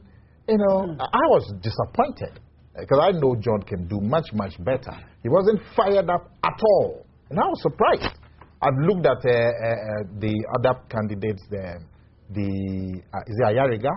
Yes. And I've looked at Sakara, and I've looked at Akufo-Addo. I think John's performance was the worst in terms of the mode, the attitude that he brought to the speech. I was disappointed, and I hope that in the next subsequent ones. So maybe his demeanor didn't excite you, but the substance of what he spoke to? Well, Haruna is saying that he's comparing records. He said that they've done 2 universities and the NPP didn't do any university. Haruna, don't join the propaganda bandwagon. You are much better than that. If you can't see anything at all, the Telecom University in Accra. And you are the Minister for Communications. So please, don't get into it. It's the Telecom University. Even as we speak, there is no governing legislation on it. And there are students there? And they are getting degrees. But I'm just telling you, it was a training center for Vodafone. So please, absolutely no, you cannot claim that as a university established by you. Please. So what is that school called? Go somewhere. What is it called? Oh, go somewhere. What is it called? Because I get students from there with Ghana Telecom University asking for financial assistance. It is in my constituency. And you are the Minister for Communication. And you set it up. And you are saying that you don't know that there's a Ghana Telecom University. There is, but you didn't set it up. There's always been a training school for Ghana Telecom. So what did you do? You upgraded it to a university? Is that it? Haruna can do much better. I think when they sold Ghana Telecom to Vodafone, was that also added? In fact, one of the issues were ironing out with Vodafone. No, it was even there. It was there before it was sold to Vodafone. He knows it. Okay. Nana, he knows as one. He knows it. I've allowed a bit of heckling. Nana, make your point. You can't remember the Takwa school. Nana, make your point. Make your point. I've allowed a bit of heckling. Now go ahead, make your point. Haruna should leave the propaganda to other people. He is cut above it. Now, this business about we have to do F-cube first before we do free secondary school. That's a new one. Because previously they've been saying that it is not feasible. And then they change to say it will mean quality will be lost. Now they're saying that no, we should go and do F-cube first. We should give free education at the basic school level. Haruna, you had free secondary education. At the time that you were having secondary education, and today you are one of the best performing ministers, I mean, if not the best performing minister in the NDC, and you had free secondary education. Today we want every child in Ghana to also have free secondary education so that poverty will not be a barrier. You are saying what? We should go and do free F-cube, free basic education. You are a member of parliament. I am a member of parliament. Every day you get requests from your constituents. People cannot pay their fees in secondary school. Every day. And I'm sure, Haruna, in your case, is even much more than mine. They can pay their fees in secondary school. Go and see my desk. A huge pile. You say we should do primary school free before we can do secondary school free. The president himself, he had free secondary school 40 years ago. And he's saying that because we haven't done primary school, other people should not get free secondary school. You can't understand it. They parade children on TV for the children to say that they don't want free secondary school, they want quality education. So if it's free, the teachers will not teach again. Preps will not happen. Homework will not happen because it's free. If you went to Achimota School today and you said that there was money to give scholarships to students and people should write their names, who would say that my father is the Minister for Communications, so I'll write my name? You can't understand it. So there is total confusion as a result of this new policy. Let me tell you something, Kojo. There's a Chinese saying that if you're planning for a year, plant corn. That will give you 2 harvests in a year. If you're planning for 10 years, plant trees. If you're planning for a lifetime, educate people.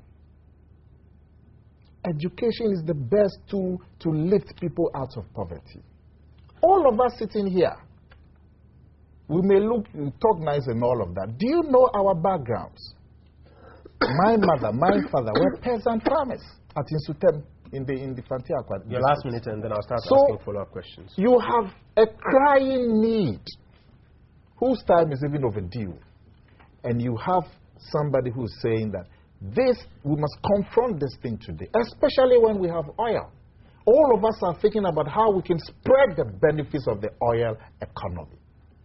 The peasants, the poor people, how can they get into the oil economy? Giving free secondary school to every child is one of the most efficient ways of spreading the oil benefits to people. If every person of goodwill must jump onto it and see how we can improve the proposals.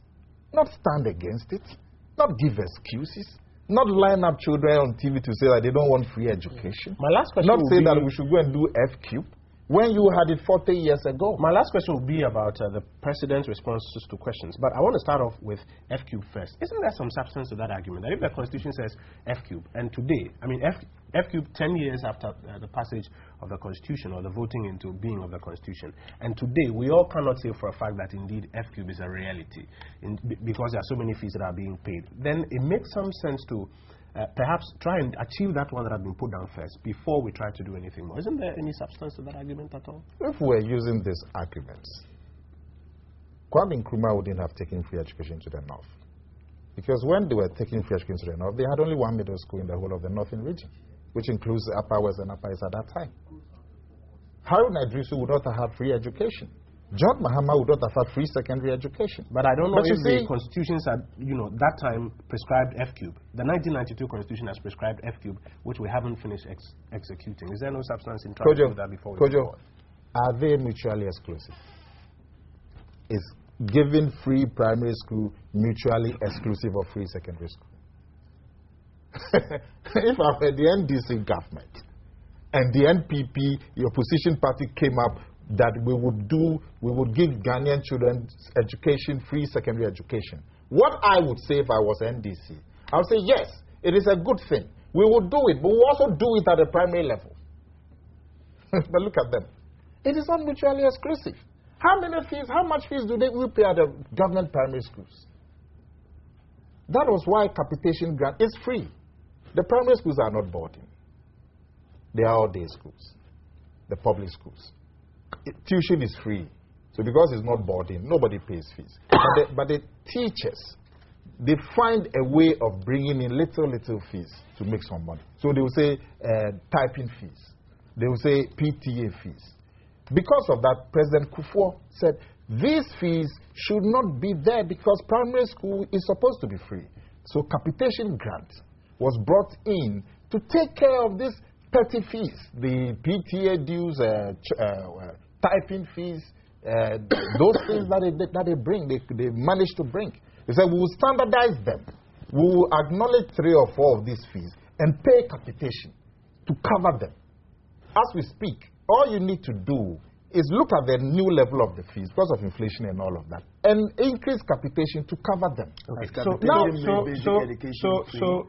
you're having a standard capitation made basic education can I answer free? you? Answer that, yes. If you take care of the rising cost, you would take care of the fees. Okay, back to my question. I'll give you an opportunity to react. But back to my question. So this free is free across board. You won't pay fees. The bill that is brought for private to you, schools, for public schools? Not for private schools immediately. Private schools, the fees are not regulated. So, but as we go along, I mean, let's start with the public schools. All the public social interventions that we do in our schools, school feeding, this was say they've done class millions and millions of textbooks. Nobody has seen them. But they don't do it in private schools. Quickly, but let's start with the public schools. There are children today whose parents can pay the fees. Why do you want to make it free for them? Why not run a needs-based system so that you can identify those who really need it and give them free education? Because if you say free across board, then it means these people who can pay today and perhaps are not considered. That is the kind of debate that we should be engaging in. You understand? We should be saying that it is good. Because you agree that the vast majority of people, parents, children in secondary school come from poor background. You would agree.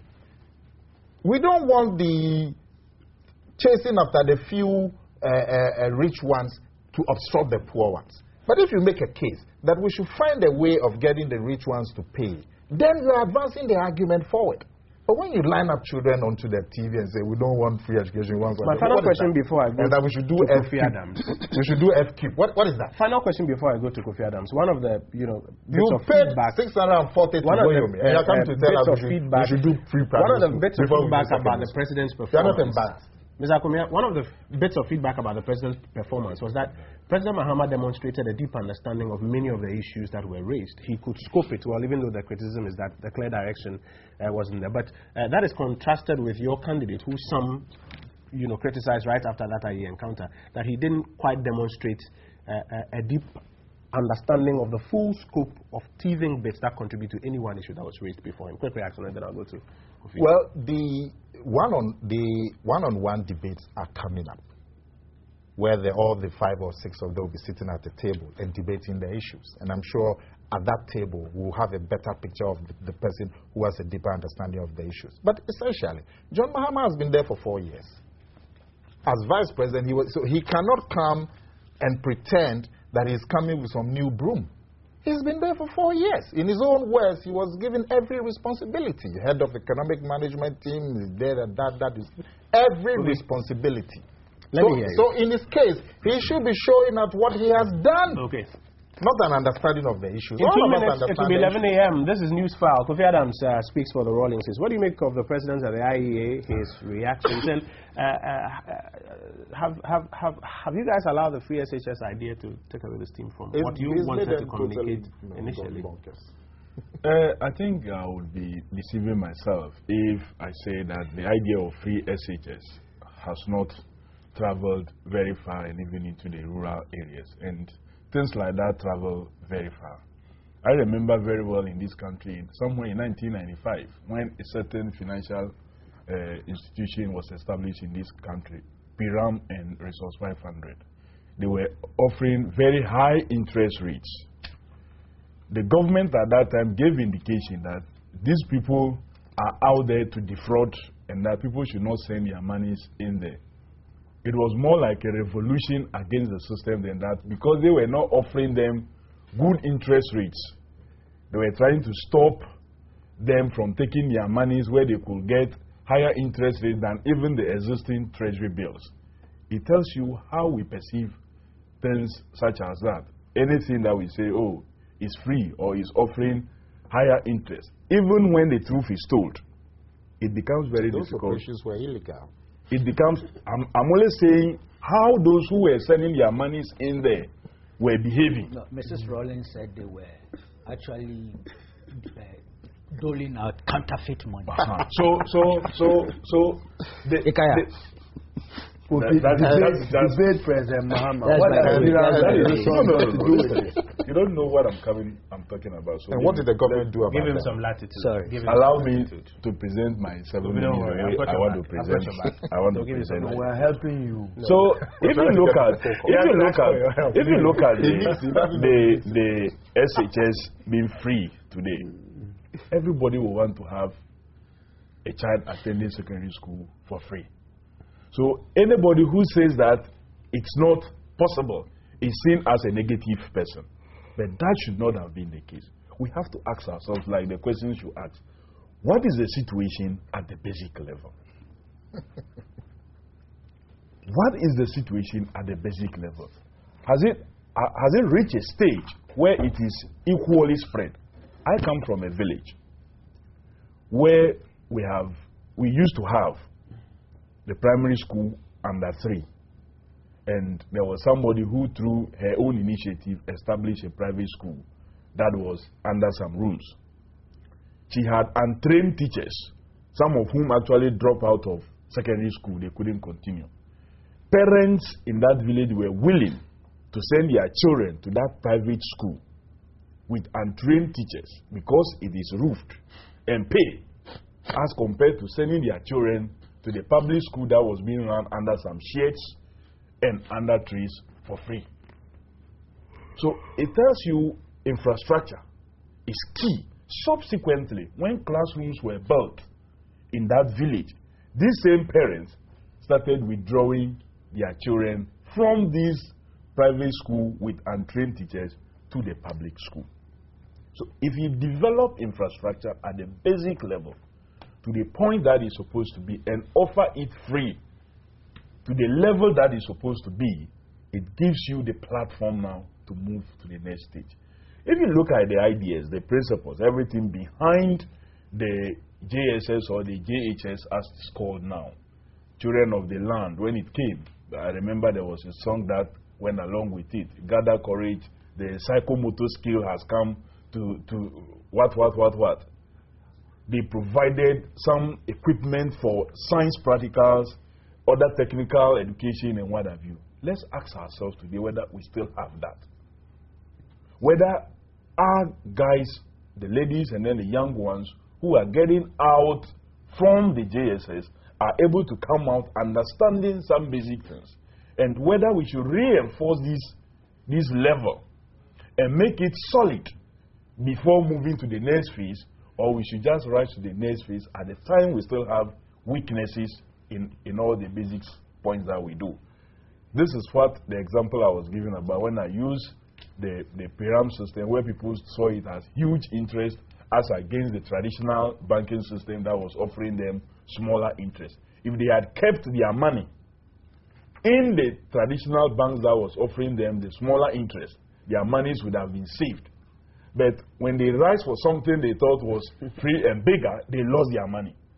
So you may rise for something you think is so good on the surface, but when you start the implementation and it starts encountering the difficulties, that is where you see that you would have dislocated your education. And that is, for me... Now, not for me, says the NDC is just trying to fight a good idea. First, you said it was impossible. Then you said there were questions of quality. Now you're saying let's go do F-Cube first. Simply put, what you're just doing, fighting a good idea. I'm really yet to see anybody saying that if the country has a capacity to offer free education up to the secondary level, we'll say that it's a bad idea. I don't think that it will be a bad idea at all.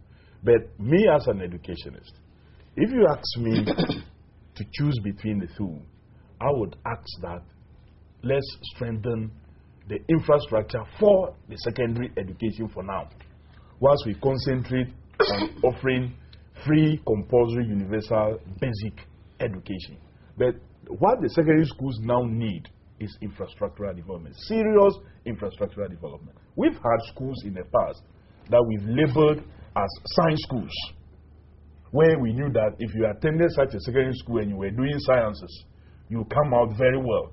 Today, when you go to some of those schools, they do not have well-equipped laboratories. And I think this is the way we should go. We should invest more in infrastructure so that when a parent... I want to give you some information. The NPP plan is going to spend 677 million Ghana cedis every year for 4 years for infrastructure.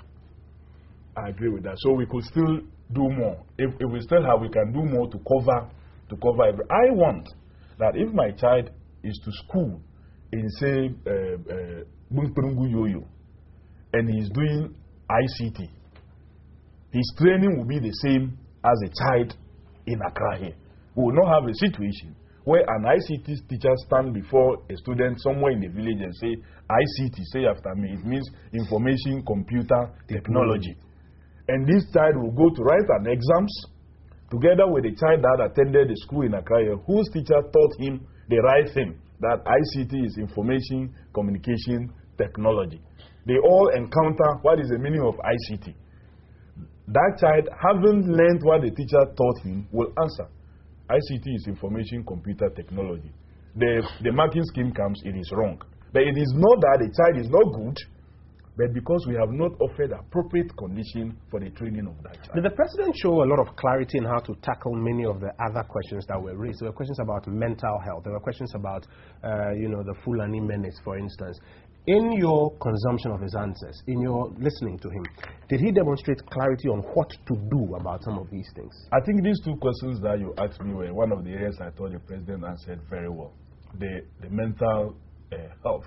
Look, many of us may be working thinking that we are okay, but sometimes we need some mental, psychological process. But because of where it is located, it's been isolated completely from the other health facilities. So we kind of, even when you are going, you are passing around that place. Even stopping to buy, maybe they are selling some coffee documented, stopping to buy it. You don't want anybody to think that you are just coming out from the mental facility. But if we are able to integrate that every hospital has a mental department where people can walk in just like any other hospital that they're working for any other ailment to be helped, I believe that it will reduce the kind of stigmatization that we attach to mental health. So I think the president indeed answered, And the issue of the Fulani husband, where he talked about the involvement of some of the traditional authorities and the fact of trying to introduce the ranch system. That is what Ghana must go, and it's good that he's asking the Agric Ministry to move quickly, go study what other countries have done in terms of the ranching system. People are just raising cattle and are happy to be counting the numbers. Some of them need to be slaughtered and kept in the cold stores to be supplied as well, meat to the country. Whilst we could also grow further and feed our cattle. So the ranching system is what we should start looking at. People are not worried about animal rearing. What they are worried about is the destruction of the crops. Because when they pass through, the damage they do to many of the crops, and the fact that some of these herdsmen engage in all acts that are criminal, and because they do it in the bush, our women keep suffering. So I think that the president, in his answer to those two questions, did very well. Indeed, to me, he performed far better in the questions and answer sessions than he even did reading his topic from Tamale says the MPP all the way, free SHS is the key. Ghanaians should vote wisely by making Nana their choice. Nina Kra says, I think the president outperformed his colleagues. His answers were on point. I have no doubt he is a born leader. Besides his policies are realistic and attainable. Benji says the president's performance was abysmal, and if Ghanaians vote him into power, the value will be the same. Nick Kra says the president excelled at the IEA. His agenda for jobs and FQ brings hope to the poor. Aqua in Ayawasu Central says President Mahama is a disappointed leader. We'll show him the exit on December 7th. Quickly, and then so just summing up, and since I've been limited to the talking about free SHS is like saying let's lay pipes in our homes for water when we are not thinking about where the water is going to be coming from. When we are not processing dams to be able to process the water.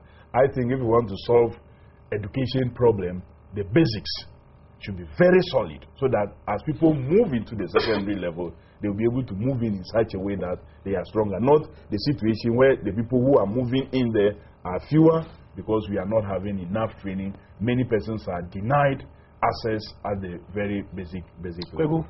Yeah. Aruna said something which I thought was quite interesting.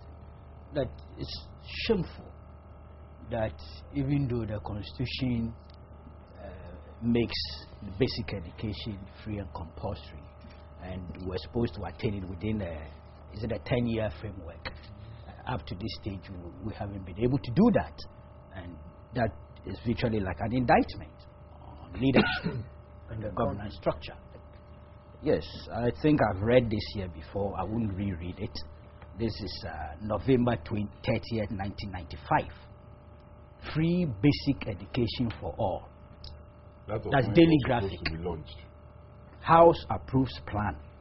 $350 million needed within 10 years for implementation. And all what we are being told is here.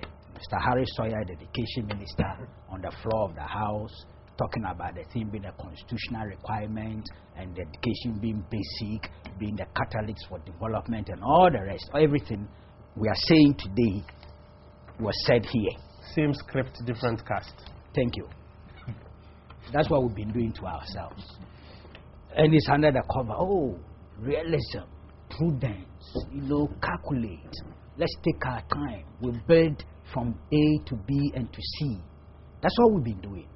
And 20-something years down the line, we are still sitting here and we've been told that, look, we have not even achieved that one, and that we may achieve it in the next few years. I have a problem with that.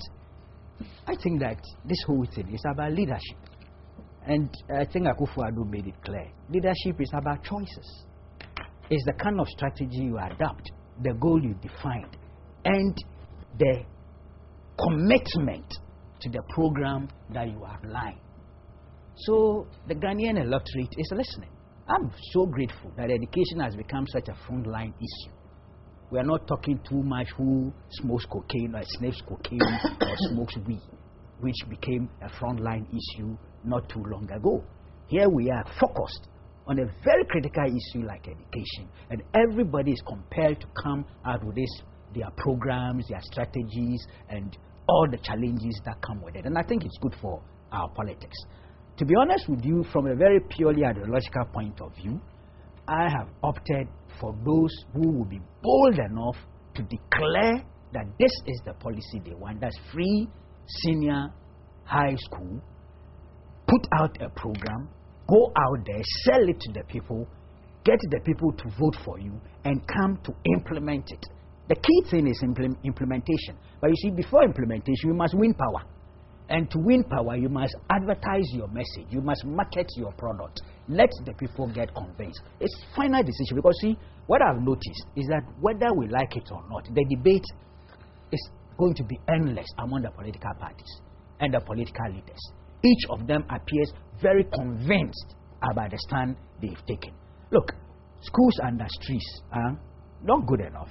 Who doesn't want solid facilities, infrastructure for school children to get educated in? I'm told it is even better, okay? But who says those who go to school under trees cannot go to school under trees free of charge?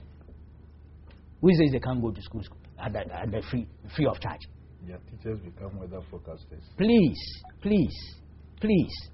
There are people, great people in this land, who went to school in terrible conditions and are brilliant minds. My point really is this: I don't see a Chinese war between access and affordability or quality. I don't see it. I see them as in an integrative manner. That's the way I see it. It's actually a fallacy to begin posing the question in the manner that it is access versus affordability, or access versus quality, or quality versus affordability. I don't see it that way. All the three come together. It's how you craft your program, the kind of program you have, the kind of leadership and commitment that goes with it. I vote for free senior high school, and I say it should start now. You need a bold leadership to come out with a bold program. And if you get a mandate, that's the condition. At least the conditionality. You don't get a mandate, you cannot implement it. And those who get a mandate will tell you, okay, we are going slow by slow. I am saying that that's what we've been doing since 1992. And key point 1995, we went to Parliament, advertised this, put it on the front page of state-owned media. And 20 years down the line, we've come back to say that, look, let's be realistic. Let's be prudent. Let's go about it in a slow manner. How are we going to go about it? We've tried all that before. What is lacking is the boldness to implement. If you come and you are unable to implement, of course, there's a cure for that mischief. 4 years down the line, the people will know that. That's it. Tell me, but I've just told you, first of all, the F-cube itself that you talked about with this boldness, what happened? So you don't have the credibility to come and tell me that let's continue. No, I'm not talking of you, please. We are talking generally. No. I think you know I think you are needling him a lot today. Yeah, he's deliberate. He's trying to find a cure to back. But you see, that's the point I'm making. That look, it will be an endless debate out there. Okay. Now, for the purposes of this political conversation, is it necessarily helpful for how some have described it, the NDC to be literally chasing the MPP with this argument, while something that they should probably be setting their own conversation and drawing the MPP into it? It's unavoidable on the part of the NDC. The NPP, or if you like Akufo-Addo, set the tone with this thing. It would have been very dangerous for the NDC not to react, not to come out with an alternative package as to what they think ought to be done. Okay? So that is part of the politics. But whatever it is, it shows the potency of this issue. As we speak, we've been expanding access for years. Look, in the last decade, there's been a dramatic expansion in access. In fact, the schools and the trees are part of that dramatic expansions. Yet, there are still people who are out of these structures because they cannot afford. Now, if you tell me that we should continue expanding access, build infrastructure, there are still so many Ghanaians today who, because of affordability, cannot get into those institutions. How do you go? That's why I say it's an integrative thing. Millions of them. Wrap up for me and let me can't pay. Your final question. So it is how you craft your program. It's access, quality, and affordability. They are triplets. You get a leadership and an organization to craft a program well, go out there, sell it. If the people are convinced, they will vote for you. When they vote for you, then you are challenged to implementation. You were one of the advocates to see a sitting president participate in these IE encounters and the debates. The president was there. What do you make of his presence there and his delivery? Quickly. No, it was okay. He delivered well. I wasn't surprised. Articulate, good delivery and all the rest. Those are things you can accept. I said the same of Nanado, said the same of Abu Sakara. And I said I wasn't too sure of the other personalities. Then I'll take that as a no for fair. No, I was just being fair. But you see, the question of ranking and rating sometimes unavoidably comes with the biases, and sometimes with some mischief and ridicule. And I tend to avoid that. But there's one person I'm going to single out as a star of these last 4 encounters. That little girl, the name. I think it's Angela. That little girl. 8-year-old. And you know why I'm saying so? Tell me. Yesterday, I was listening to a radio station when this girl was called. When she finished, I got up in my hall and saluted her. And I was full of joy everywhere. There was an attempt to play mischief by some civil society advocate who, when was given opportunity to do his assessment of all the 4 encounters, and then to rate, of course, rated the president number 1, Abu Sakara number 2, Akufo-Addo number 3, and Nayarga number 4. And in so doing, insisted that all you needed to do was to look at the lady, the little girl's facial expression and body language when she posed the question to Nana-Addo and the president. And so the 2 gentlemen's responses, the questions and responses were played. And there's a part of Nana-Addo's submission where there's a slip of tongue about what do we do to do peace, okay? Instead of what do we do to make peace. Fair, and this is played over and over again. And then somehow this lady, this little girl was called by the radio station. To do what? To tell them that were you satisfied with the president, your response to your question? She said, oh yes, it was fine. The president did well. They said, oh, how would you rate all those people, personalities and things? Fantastic answer. She said, well, all of them gave me the appropriate answers. I was satisfied with all of them. My main interest is peace and security.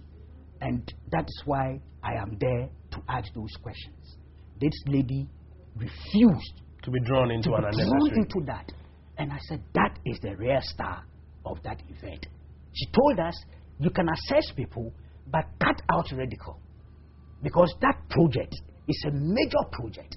We can do constructive criticism of what people say and how they say it. But please, let's cut out radical and mischief. 20 minutes after 11, let's go for a little break. When we return, we'll talk about campaign funding. Is it true that some Chinese companies, including Huawei, are funding the NDC? Is it true that the MPP is also being bankrolled by the Ivorian president, Alassane Ouattara? We'll find out. Stay with us. This is Newsfile.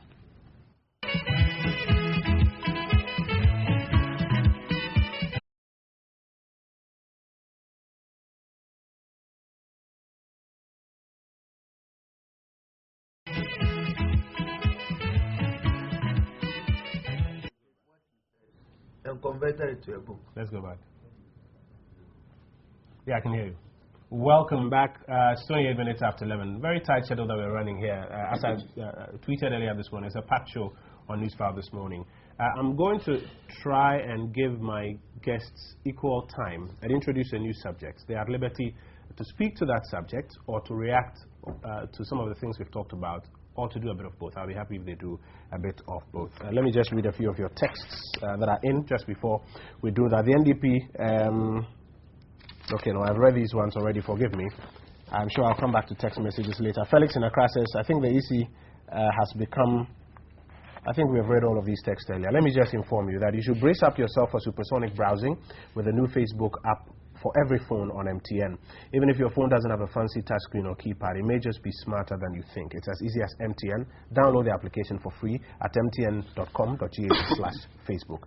Don't be left out. Check out photos, update your status, and catch up on what's buzzing from many handsets. It's Facebook for every phone on MTN. It's brought to you by MTN everywhere you go. Now, in the week gone by, we had, I think, AFAG accuse the NDC of being funded, among other funders, by a Chinese company known as Huawei, and raise a number of questions about why that was inappropriate. We also had persons close to the NDC accuse the MPP's flag bearer of being funded by the Ivorian president, Alassane Ouattara, and again raise questions of impropriety on that subject. Both parties have denied that.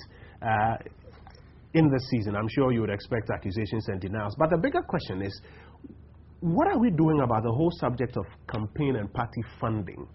Who is really bankrolling all of these campaigns and rallies that we are seeing around? How does it affect governance at the end of the day? The fear is that he who pays the piper comes back to call the tune at the end of the day. Should we even bother about it, or should we just leave it in the realm of allegations? I'm going to go around the desk. We've just got 30 minutes. I'll split it equally for my guests. And while they comment on that, I'm sure they'll react to some of the other things that we've talked about. I'll start with you on this round, Kofi Adams. My first two guests have started other round, so let me start with you on this round. Thank you very much. Let me say that funding political parties have been an issue that has come up around times such as this, and a lot have raised the issue of the state funding political parties. I remember the IEA has pushed for that. We've gotten to a stage of legislation. I don't know how far it has gotten to the issue of whether the state should fund political parties directly and have some supervision over them or not. But until then, the Electoral Commission through the state has supported parties that have registered with them in terms of vehicles and a few vehicles that they can run around. That is not what they use for the campaigning. The law is clear on who can contribute to a political party.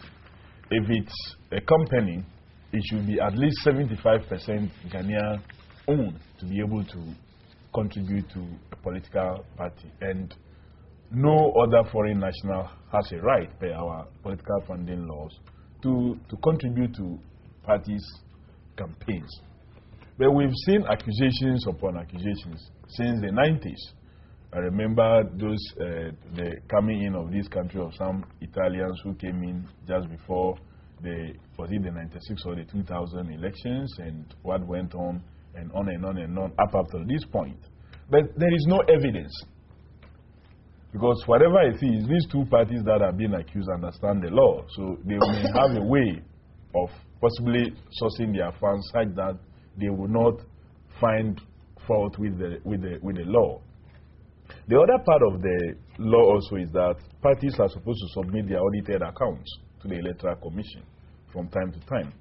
The question now is, are the parties doing so? If they are not, what is the Electoral Commission doing on that? Through the submission of audited accounts, it can help us know how they are able to raise those monies. Is it through dues payment, local and international fundraising done by Ghanaians, or what? You'll be able to tell us. But as it stands now, there is no evidence that a Chinese company is sponsoring the NDC, or Alassane Ouattara, the president of La Côte d'Ivoire, is also bankrolling the MPP flag bearer Nana Danko Akufo-Addo. So it remains in the realm of what? Speculation. And what if we can improve our laws and track the processes and be able to ask for maybe program per program, maybe we could reach a point where we will know how monies come to political parties and how they spend those monies. But until then, we will continue to live in this situation. I don't also think, I read the AFAC press conference where they were talking about somebody who was an advisor to government having traveled to China, and that the tickets so traveled on was purchased by this company. If that person is traveling for and on behalf of government of Ghana will pay for those tickets. There's no reason why government of Ghana will go and ask a private company to pay for somebody who is embarking on a trip for and on behalf of government. If he's doing something private and he has any relationship whatsoever which has not been proven and that they wish to do so, that is a private matter. So I don't see how a ticket purchased, if it's true, for somebody to do his private thing, will be linked to government business. Should any of our state agencies be bothered to investigate these allegations, or we should just leave them up there in the air of, silly season in politics? I don't think that we should really waste our time on such things, because funding of political parties, it keeps coming up every elections. 1996 it came up, 2000 it came up, 2004, 2008, and it's coming up now. What we need to do is to look at the laws and see whether we can really pass the law making state funding of political parties necessary, so some more supervision can take place, so as to reduce. What you are saying is true, that if I bankroll a party and the party comes to power, I expect that that government may cut some processes to do things in my favor. Is that what we want? Or we want the state to be involved so that it can have some kind of ceiling and some supervision, so that political parties can win elections devoid of some bankrollers who want to manipulate the process and get things done in their favor as against the interests of the state. So for now, when it comes to funding of political parties, this is my take, is that the state should play some role. I believe strongly that the state playing a role and the state funding political parties will reduce these interventions by persons we think should not, where even people go and bring even drug money. Because if we don't do any such thing and we leave it freely like that, a time will come when people who are engaged in illegal acts may find a way of bringing their money in here to come and launder it.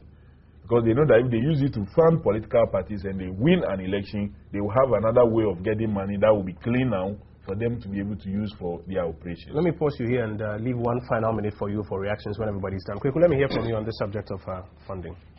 Well, it's a difficult area, especially when allegations are made and how to, validate those allegations. A very difficult area.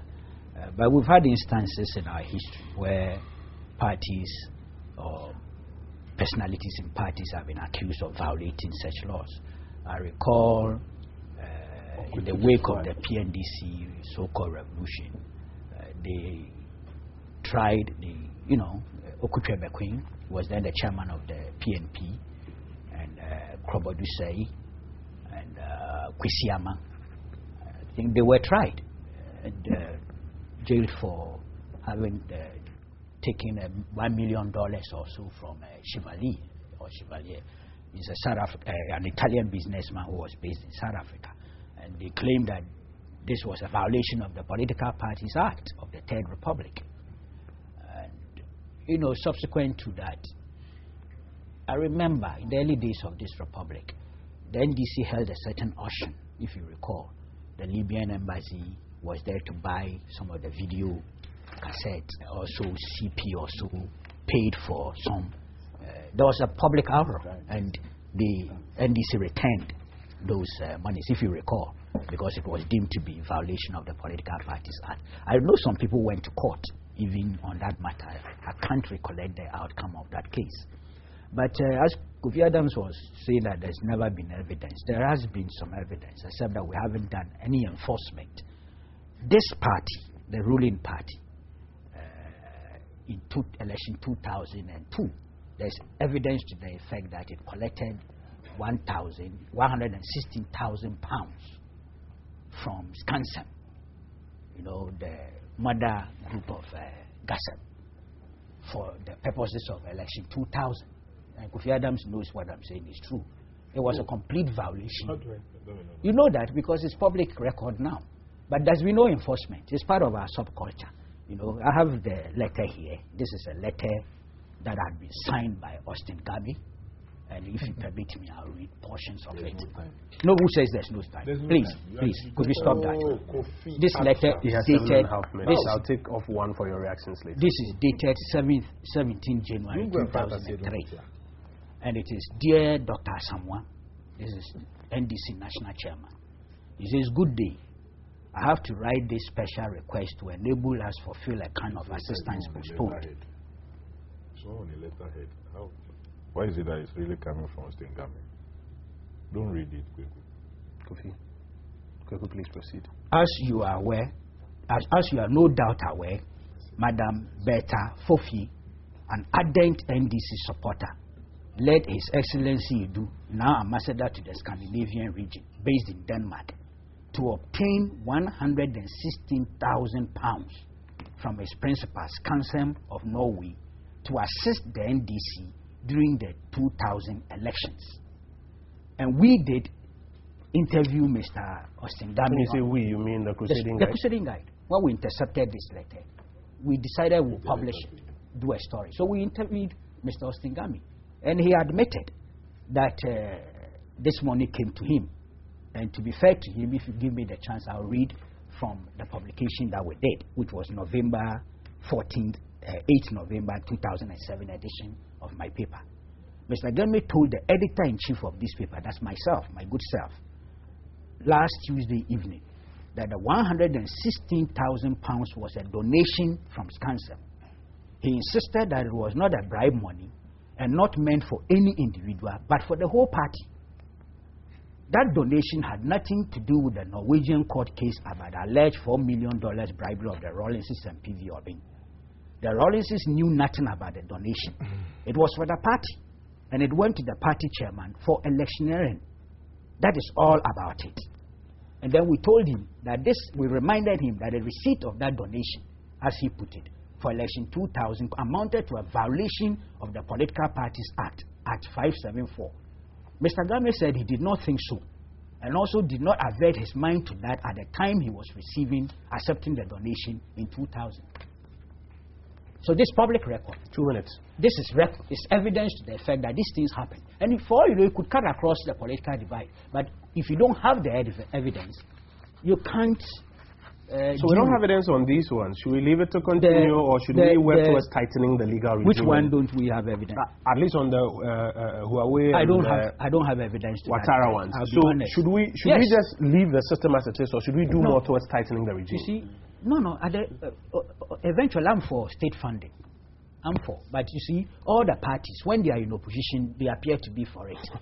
When they get into government, then they become a bit, reluctant to implement it. That's the truth.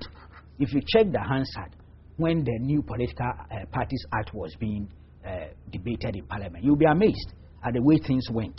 Those who previously were for it, but are now were in government, had changed their position. And those who were against it, but in opposition, now were for it. So that is it. But I think in principle, a certain level of state support for political parties, based on a certain criteria that will be determined subsequently, will help, but not in its entirety. There still will be that covert thing that will be difficult to determine. My final point is that if you get evidence, then we must enforce the law. But allegations on their own, to be honest with you, don't mean much. Yes. I believe that there exists in Ghana legislation governing the conduct of political parties. If you take the specific example of Act 574 on contribution by citizens, contribution by non-citizens and other persons.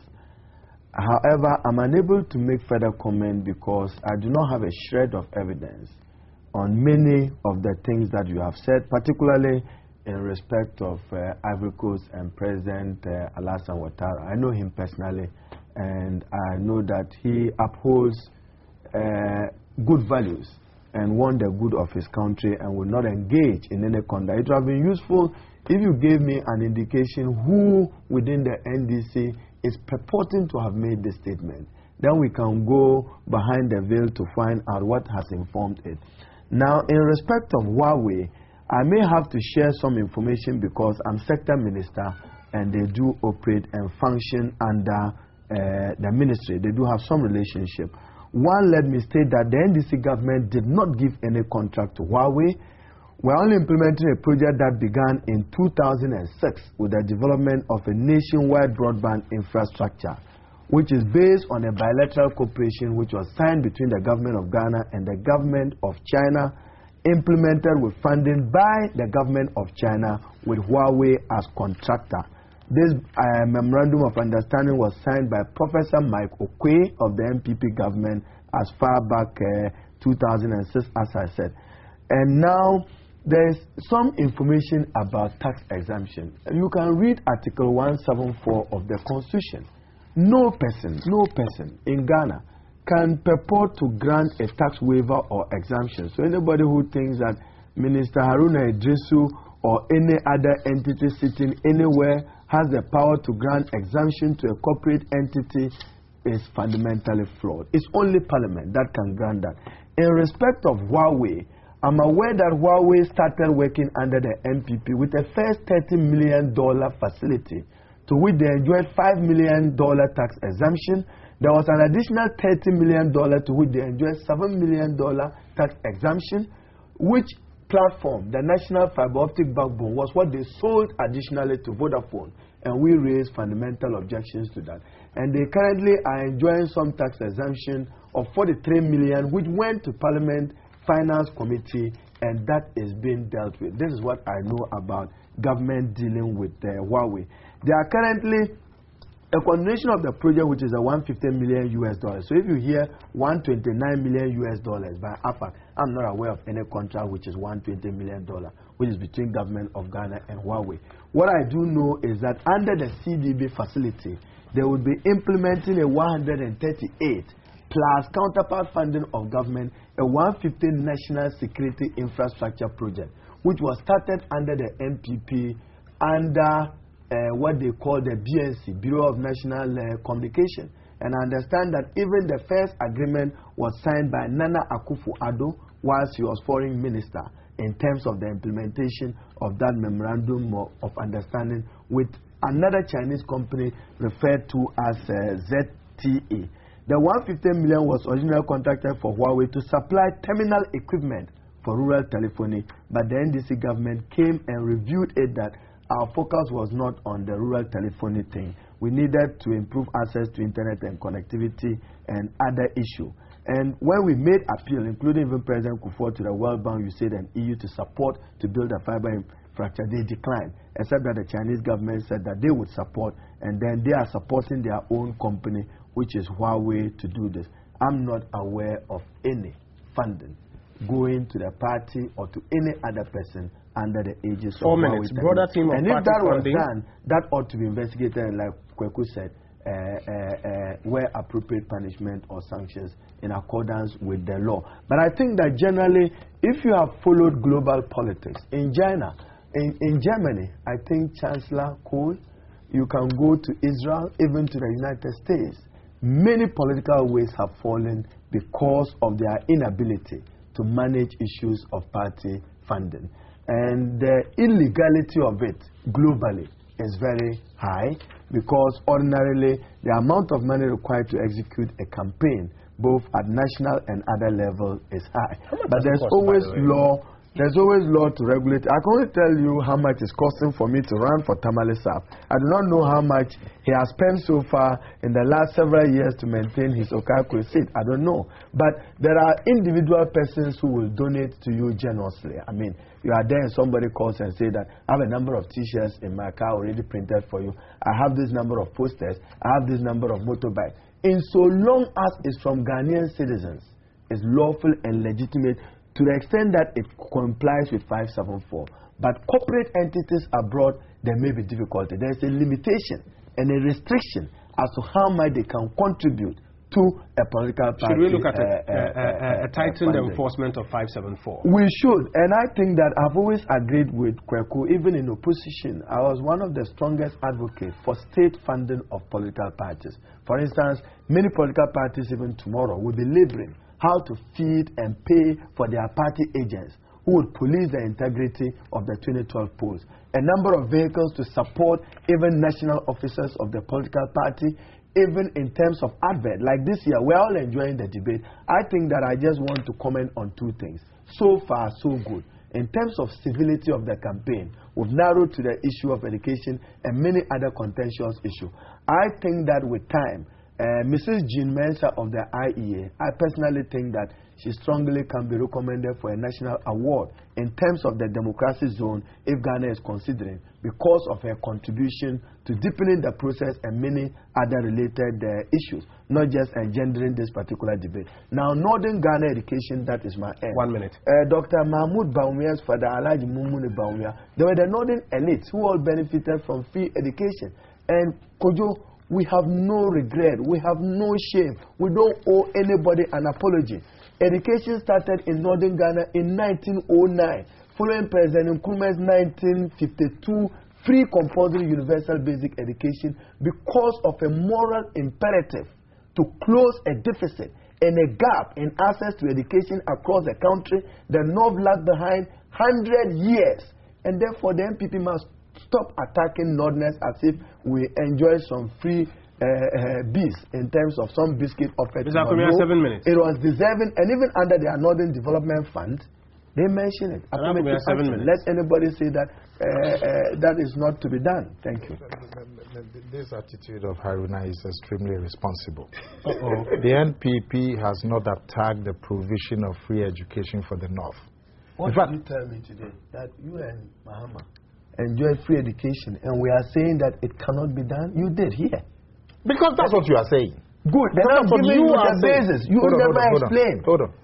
We are not ashamed at all. I am not. It wasn't an attack. It wasn't an attack on the provision. No. Hold on. This is not the what you've done is irresponsible. They say President Mahama and no, you can challenge that and put it in the right context. It that, look, but not an insult or not. No, I never use it. But that's an attack. Yes, and it's not an attack. Yes. How is that an attack? It's an attack on. Can I go? Maybe attack on. Okay. It's as if it's undeserving. Okay. No, that's the impression they create, and it is not. Okay. You had a half of the country. Mr. Adrisu, which was denied education. Point me. Affirmative action. Mr. Adrisu, point me. But what he's saying is that that is not an attack and not attainable. What he's saying is that that's not an attack. That is not an attack. I consider it's not an attack, but I think that they should be low on it because it was legitimate. It's okay. Point me. He has now got 7 minutes. He has now got 7 minutes. Nana, make your point. Kojo, Haruna, please.